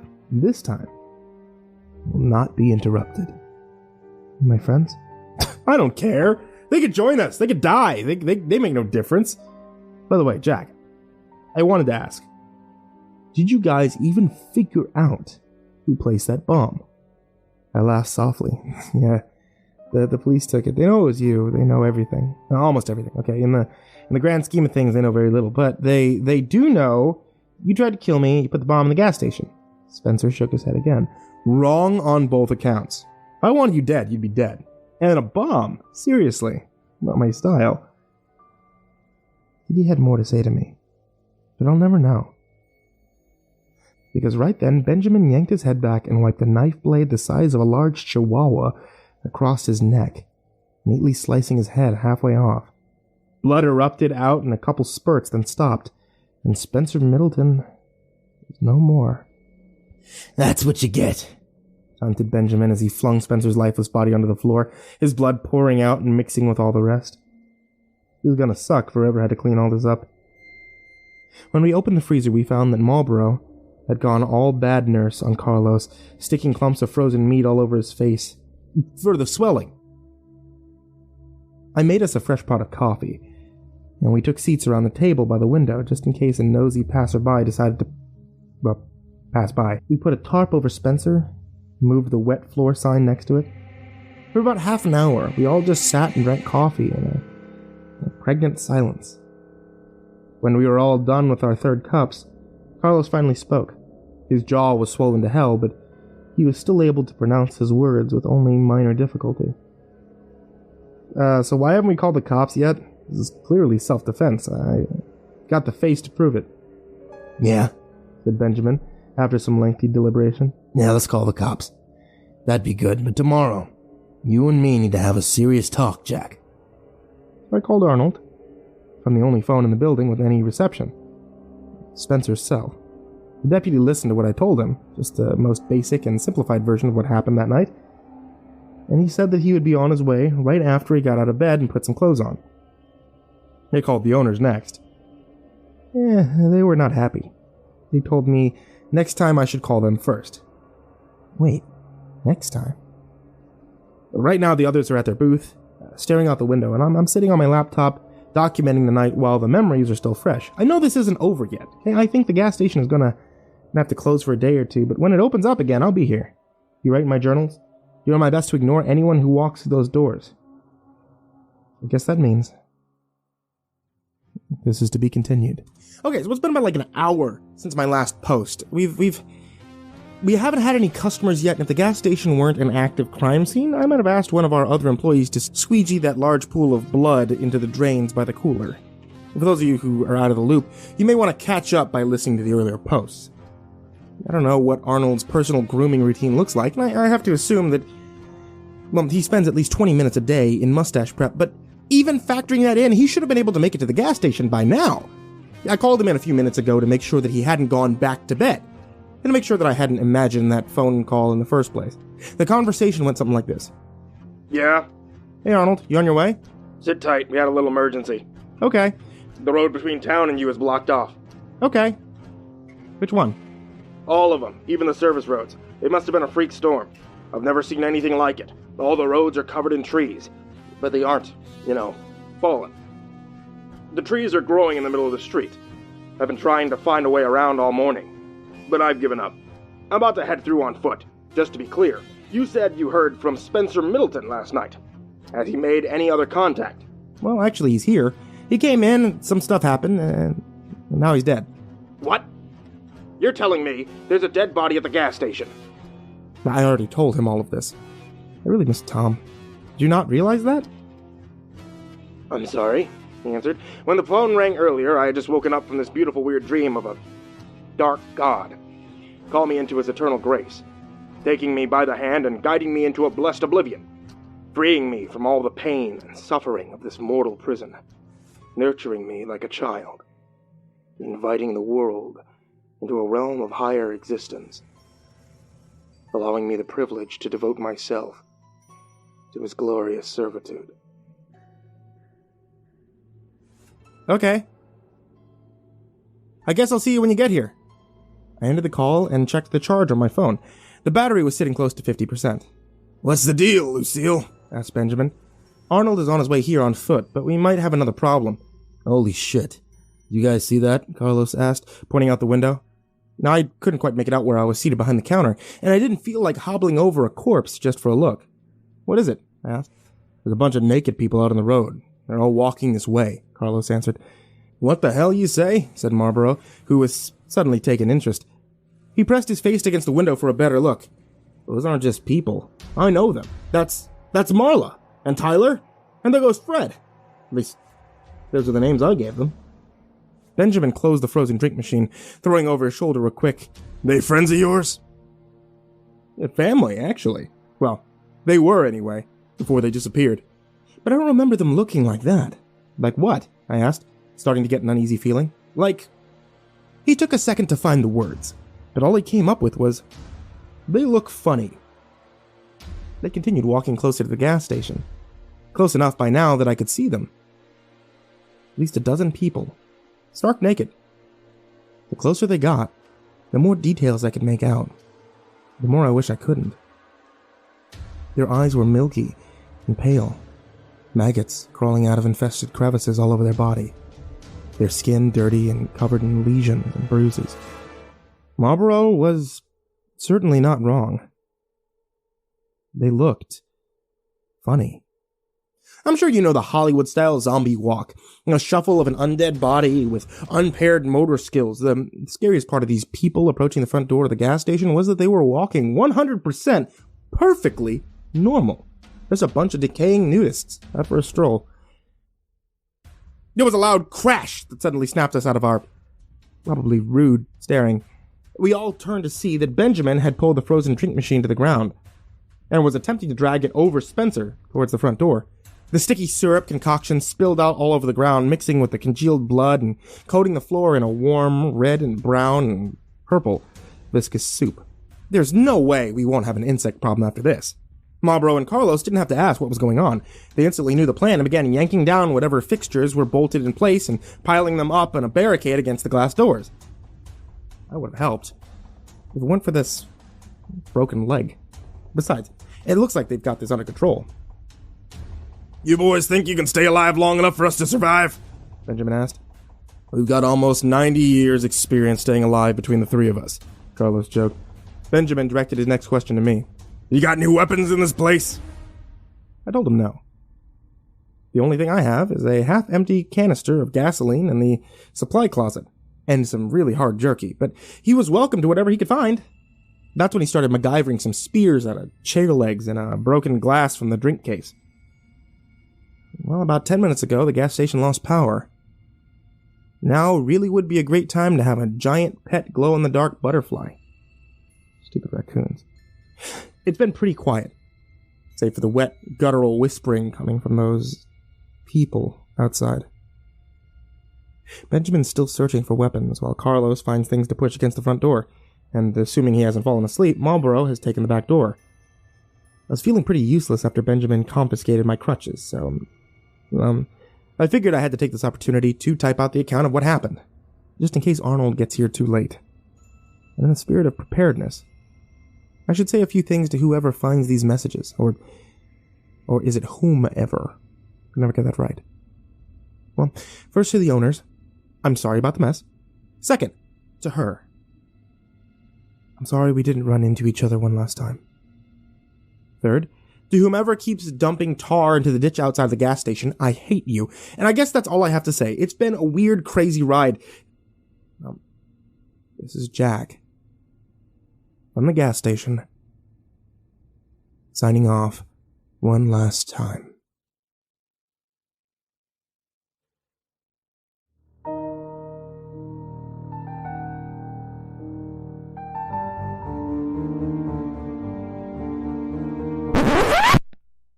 I didn't die! Sorry, it's been so long since the last update. I just got my laptop back from the police. Special thanks to whoever gilded me, by the way. But I don't know what to do with Reddit Gold, but it brings warmth to my soul. I know you guys are probably wondering what happened. Well, last week, I met a dark god. We were in the gas station without power for hours. It's cold this time of year, so we huddled together around a plate of scented candles and ate pork rinds and canned beans.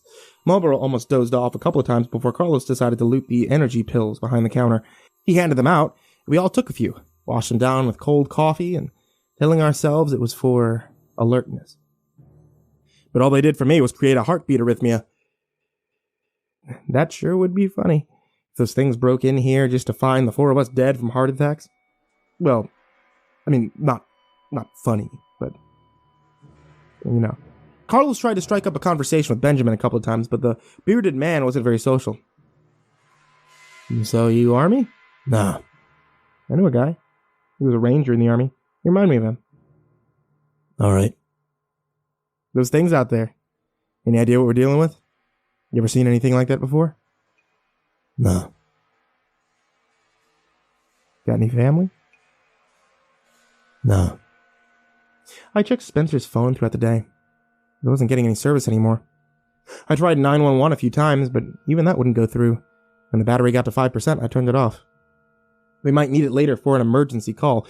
Eventually, the adrenaline pills started to wear off, and I remembered that my leg was still healing from a complex fracture, and maybe I shouldn't have agreed to come back to work so soon.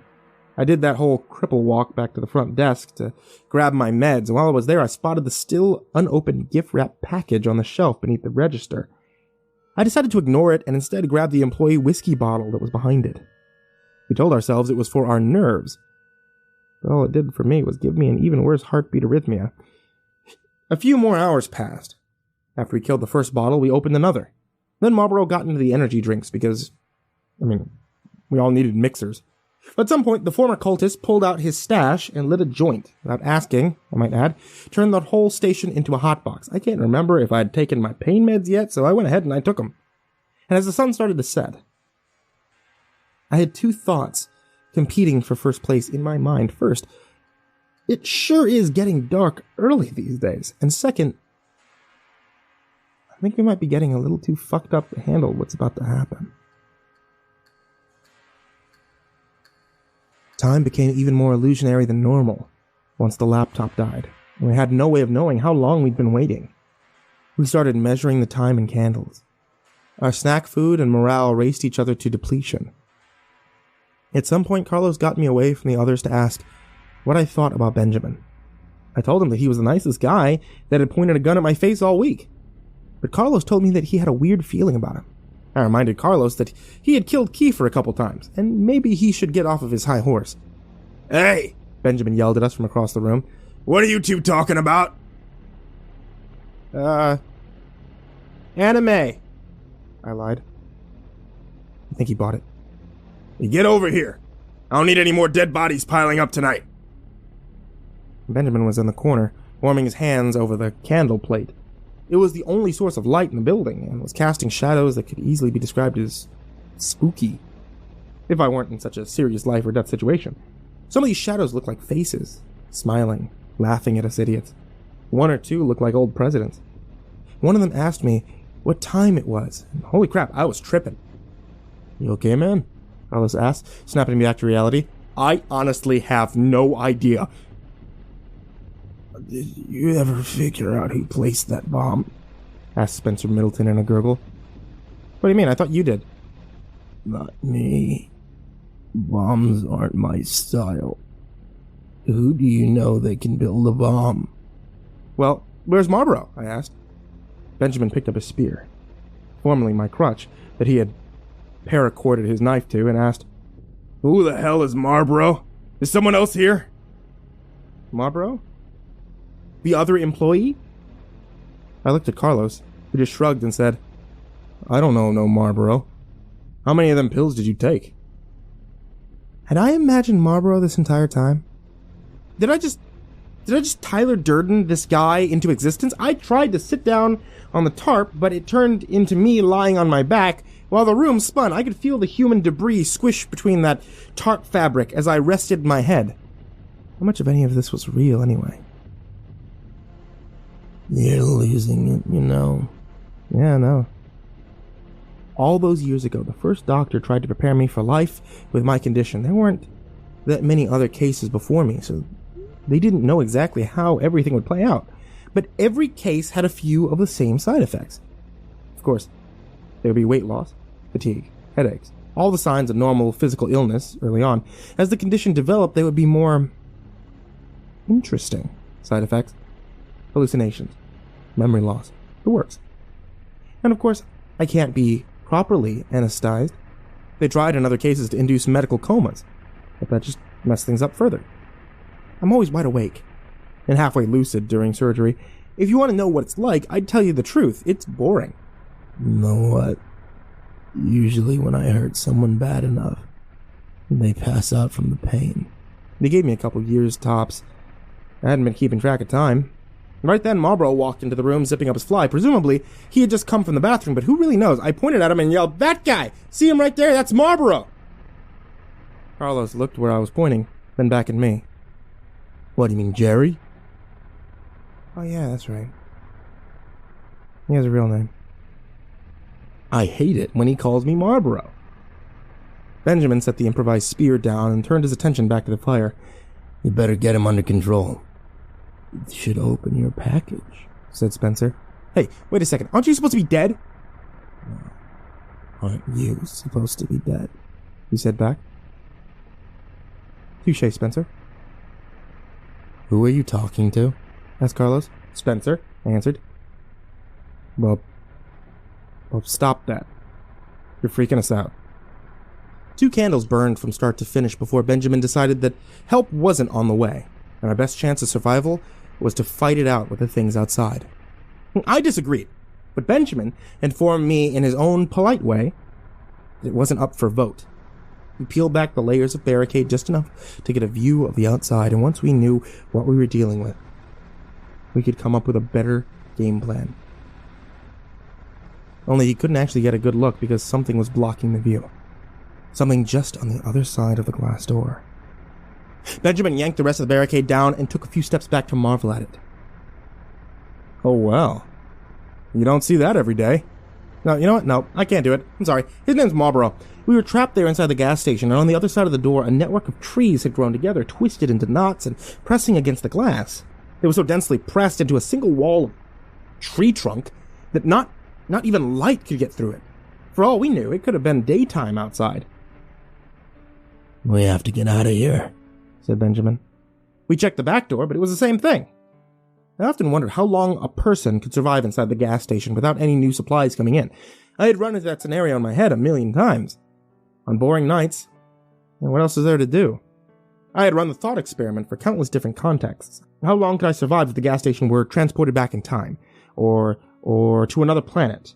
Or if there was a zombie apocalypse, etc. What I had deduced was that under ideal circumstances, I could live off the supplies on hand for 4 years if I could find a source of water, 6 weeks if not. These, however, were not ideal circumstances. We had already smashed up, weaponized, or eaten almost half of our supplies. If we were trapped here, It wouldn't take long for us to go all Donner Party on each other. While I was pondering this in the hallway by the cooler, we heard the sound of glass shattering from the main room. Benjamin raised his spear and led the way back. The wall of trees was still there on the other side of the doors. Our mess was still there. Everything was as we left it, with one exception. The tarp was pulled back, and Spencer's body was gone. A series of footprints coagulated in the blood, leading from where he should have been to the shattered glass of the front door, like he'd just gotten up, walked over, and was absorbed into the trees. "I need you boys to think real hard," Benjamin said. "Is there any other way out of this place?" "Well," Marlborough started. I shot him a look, shook my head, but I guess he couldn't see it in the dim candlelight, or maybe he was just too dense to understand. "There is that hole." "Hole? What hole?" "The hole in the secret room back here past the cooler." "Secret room?" "Yeah, right over there." Marlborough pointed at the blank space on the wall where the door used to be. The owners had decided that the smartest thing that they could do when they found out about that secret room was to remove the door, build a good old-fashioned wall, forget all about it. But that only works if everyone agrees to forget all about it. "Marlborough, you're telling me there's a secret room behind there, and a hole in that room that we can maybe fit inside and escape? Why didn't you boys tell me this earlier?" We didn't wait for an answer. Benjamin went straight to the wall and started smashing it to pieces with his spear, and then, after he got it down a little, his bare hands. After a minute, the wall was once again a door. While Benjamin lit and placed a few candles around the giant hole in the floor, I grabbed Carlos, pulled him aside. "Hey," I said, "I should tell you something. Hey, I opened that package. The one that looked like a present?"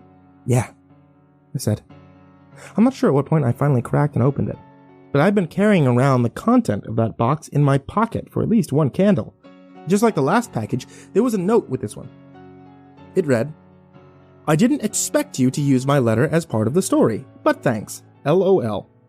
I didn't mind you using it. That was very neat. I liked it. I was very surprised. Thank you. I enjoyed your stories, and I knew it could be really great from the beginning. That's why I wrote what I did. I was surprised, but in a good way, that you used my letter. LOL. Thank you. I'm honored. Really honored." Underneath the letter was a small handgun. I knew enough about pistols from playing video games to know how to check the clip, and sure enough, it was loaded. I showed the gun to Carlos, who said, "That's a Ruger 380. Is it good?" "Well, it's a gun, so it'll probably have more stopping power than a chair leg. Why don't you give it to him?" Carlos gestured at our fearless leader. I don't know or trust him." "Yeah, good point. Here," I said, trying to hand it over. "I'm not a gun guy." "No way. You keep it. I got both legs. You need it more than me." Benjamin yelled at us from the secret room. "Y'all ready or what? Time to see what's down here." Then he jumped in. I may have neglected to mention that it was a 10-foot drop to the cave below. So I also may have taken a little pleasure in the sound of him crash landing and the pain moan that followed. Let's see, for the rest of us, we rolled up a tarp and put some knots into it like a poor man's rope ladder. I had to give it credit to the tarp. See, those things are incredibly useful. We had several hours above ground in a room with a dead body, unrefrigerated food, and Benjamin's body odor.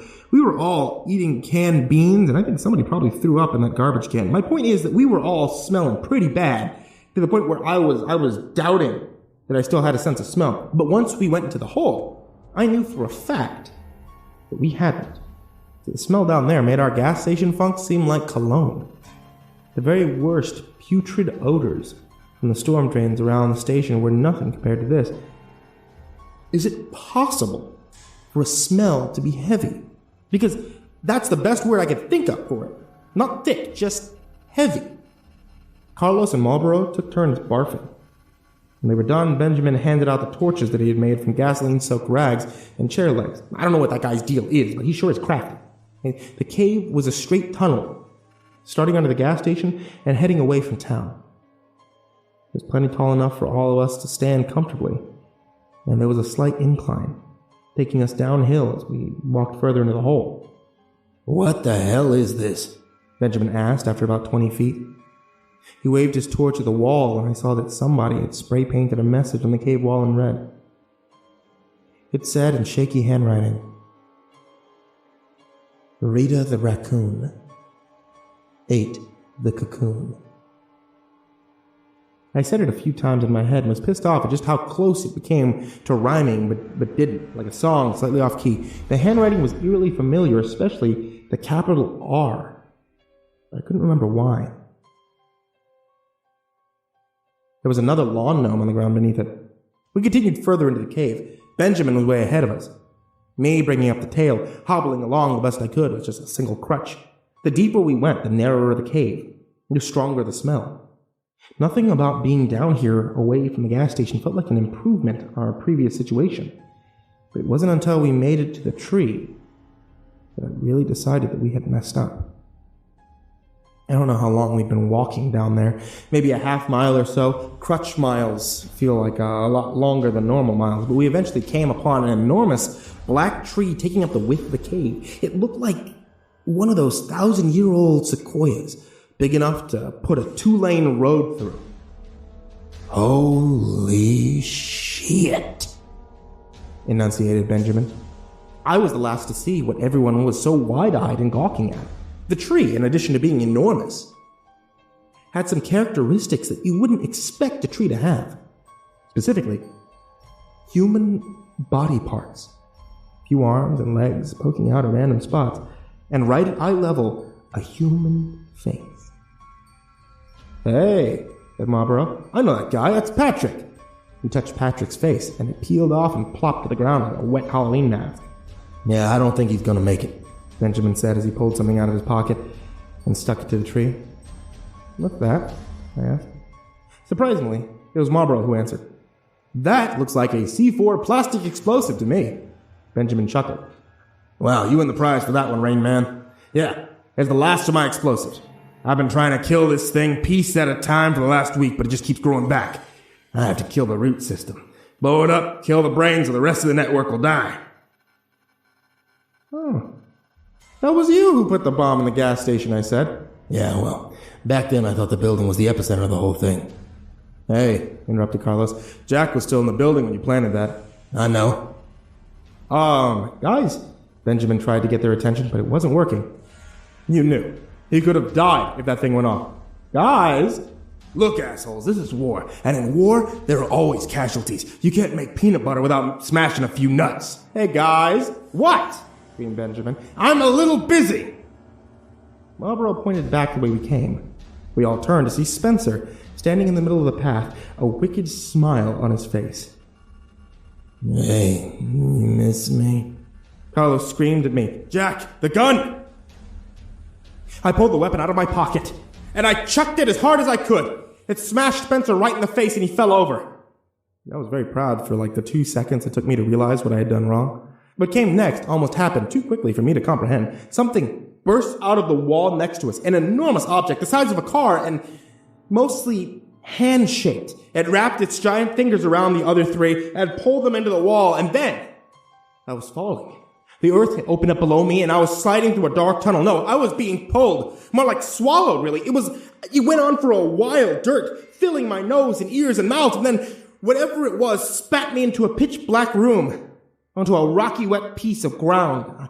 I landed on my bad leg and I probably broke it again. Well, I thought, at least this time I managed to hit Spencer. As far as last moments on Earth go. Slight improvement over the last week. The room I was in was cool, not cold, and cavernous. I could hear my breath echoing off the walls.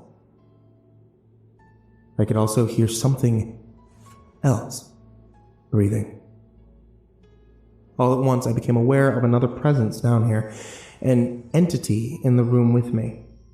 It's hard to explain, in the same way I remember it being hard to explain a dream right after you wake up. It sounds like you have to experience it to understand, but the feeling was like being plugged into a shared consciousness with another intelligence that was putting thoughts directly into my head. Of course, it might have just been all the drugs. "Welcome to my home," came a loud voice from somewhere in the pitch-black room. "I'm sorry it's taken this long for us to meet face to face." I can't see anything. "Yeah, what part of Dark God don't you understand?" Oh, shit. I'm in the room of a dark god. He sounds like an internet troll. I guess that makes sense, but might as well, get this over with. You think you can maybe turn on some light so I can actually see who I'm talking to? He let out a very human-sounding sigh and exclaimed, Fine. Out of nowhere, the entire room turned into an intense, furious, bright white. All I could see was pure light. I covered my eyes, but even then, I could see the bones of my hands through my eyelids, even with the meds. That shit hurt. Too bright! Too bright! I yelled. Split the difference! Wow, responded the voice. I didn't realize that you were going to be such a big baby. And then, just as suddenly, the brightness relented. After a moment, my pupils adjusted and I could see what I had been talking to. Behold, They exclaimed, and tremble before the dark god. He? It was, if it was a he, I'm not just going to go off the sound of his voice, but he was about the size of an elephant. Swollen and round with like a yellow, or tan yellow hide. The best animal I could think of to compare him to would be like an enormous tick, with 6 rows of stubby arms on either side, 6 rows of sagging breasts, and a human-sized head on the top. The head contained a somewhat human face, no neck, body connected to the earth with the widest point of its stomach, like it was half buried. And to top the whole thing off, he had a red mohawk. He smiled at me. What do you think? About what? My hair. Isn't it amazing? He looked up at his mohawk. I guess. You guess? Do you have any idea how much effort I put into doing my hair like this? You know what? It's fine. I shouldn't have wasted my time trying to impress you. That's on me. Okay, I said, attempting to push myself to my feet only to remember that my leg was pretty broken. I was immobilized underground, high, and without any weapons. There really was no chance of escape. Look, if you're gonna kill me, do you mind just, getting it over with? What is it with you people? So untrusting. So prejudiced. Why is it that any time you see something you don't understand, you think it's kill or be killed? I'm not the monster here. You are. I can see into your soul. I've seen your sins. Remember that time when you were 15 and you keyed the principal's car? No? Really? Maybe that wasn't you. Humans all look alike. So, wait. No. Why am I here? Why did you drag me underground? Because, Jack, I can't find any other way of talking to you. And I wanted to tell you to stop killing my children. You burned so many of us. And what did we ever do to you, huh? Oh, the Kiefer plants. Yes, just backups, because that idiot is so clumsy. They're harmless, though. I've been trying to put some people in office so I can get a little political influence in this awful town. Take over the world? I asked, even though I was starting to see where this conversation was going. No! I want to pressure the city council to cut back on logging. I'm trying to save the world, but you and your awful friends keep killing us and trying to blow me up. But Spencer, he beat the shit out of me. That guy's awful. He's following your orders. Well, excuse me for thinking that people have the potential to be rehabilitated. I hired Spencer because I needed someone to protect Kiefer. And I gave him very specific orders not to kill anyone, which he agreed to. But you've killed tons of people. The cultists. Their entire compound. Actually, no. I hate to be the one to say this, but those guys killed themselves. And yeah, it was really sad, a mass suicide. But if you listen to them, I think it was pretty obvious. You guys should have seen it coming from a mile away. I mean, consequentialism mixed with a moral obligation to end suffering. He waved one of his 6 arms in a jerk-off motion before continuing. I don't want to let all those perfectly good, fully formed adult bodies go to waste. You even know how hard it is to make one of those from scratch. It's not easy. But you sent the things after us at the gas station. Again, with the self-centered hero complex. It was never about you. I sent my children to bring Spencer's body back here. I was hoping I could get him home in time to rebuild him without any permanent brain damage. I think next time you see him, you should apologize for what happened. I swear, ever since Romero made zombies cool, people see a dead man come back to life and instantly they get this urge to kill, kill, kill. Whatever happened to calling this a miracle? Nobody freaked out when Jesus came back. Wait, okay. Are you saying that Jesus was like those mathematists? Just like a reanimated corpse? Is that really what you want to talk about, Jack?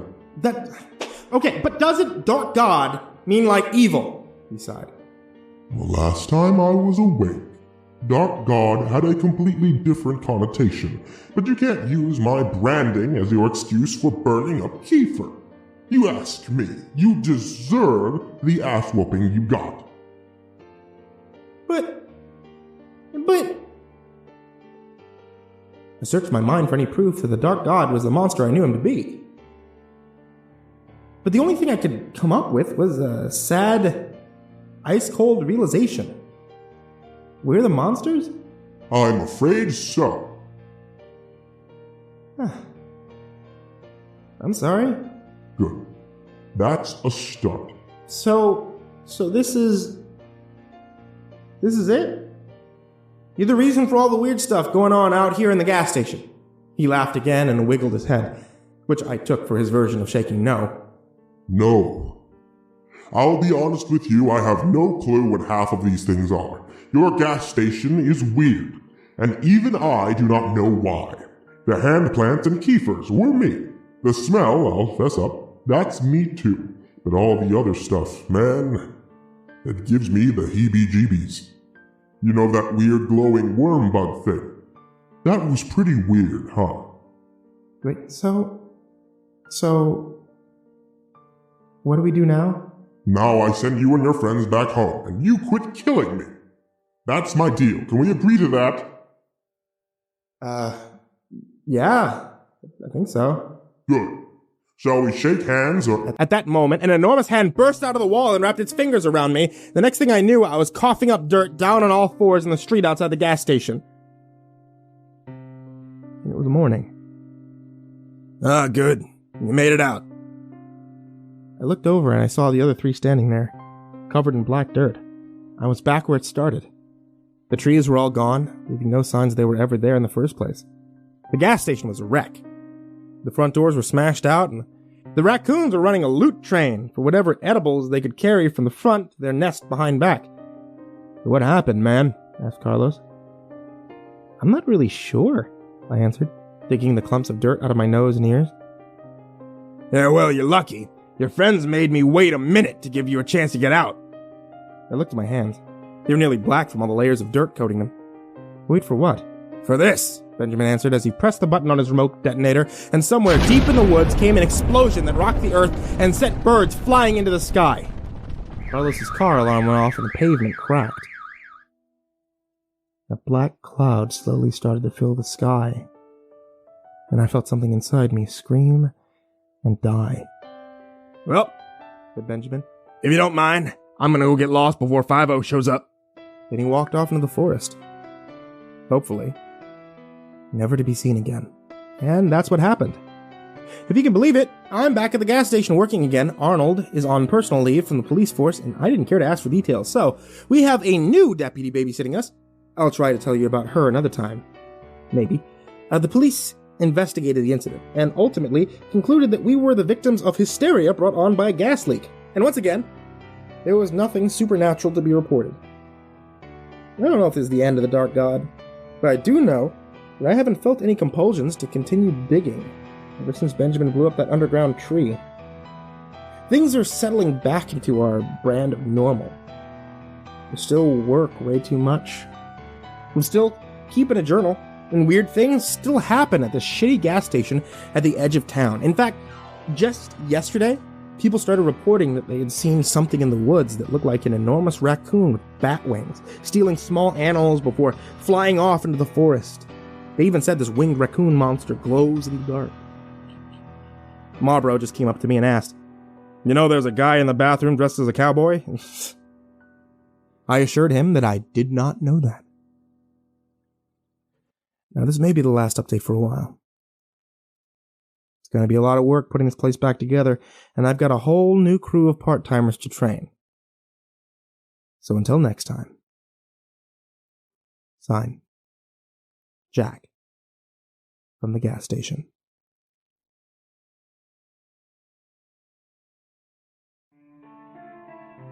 Hey there kids, it's me, Mr. Creepypasta. Just wanted to say thanks so much for listening. You guys are what makes this channel worthwhile. There'll be new horror stories every Tuesday, Thursday, and Saturday night, as well as gaming live streams every Friday and Sunday night. Please help support on patreon.com/Mr. Creepypasta, and you can hear me as well as many other Creepypasta narrators, live 24/7 at scrmradio.com. Sweet dreams.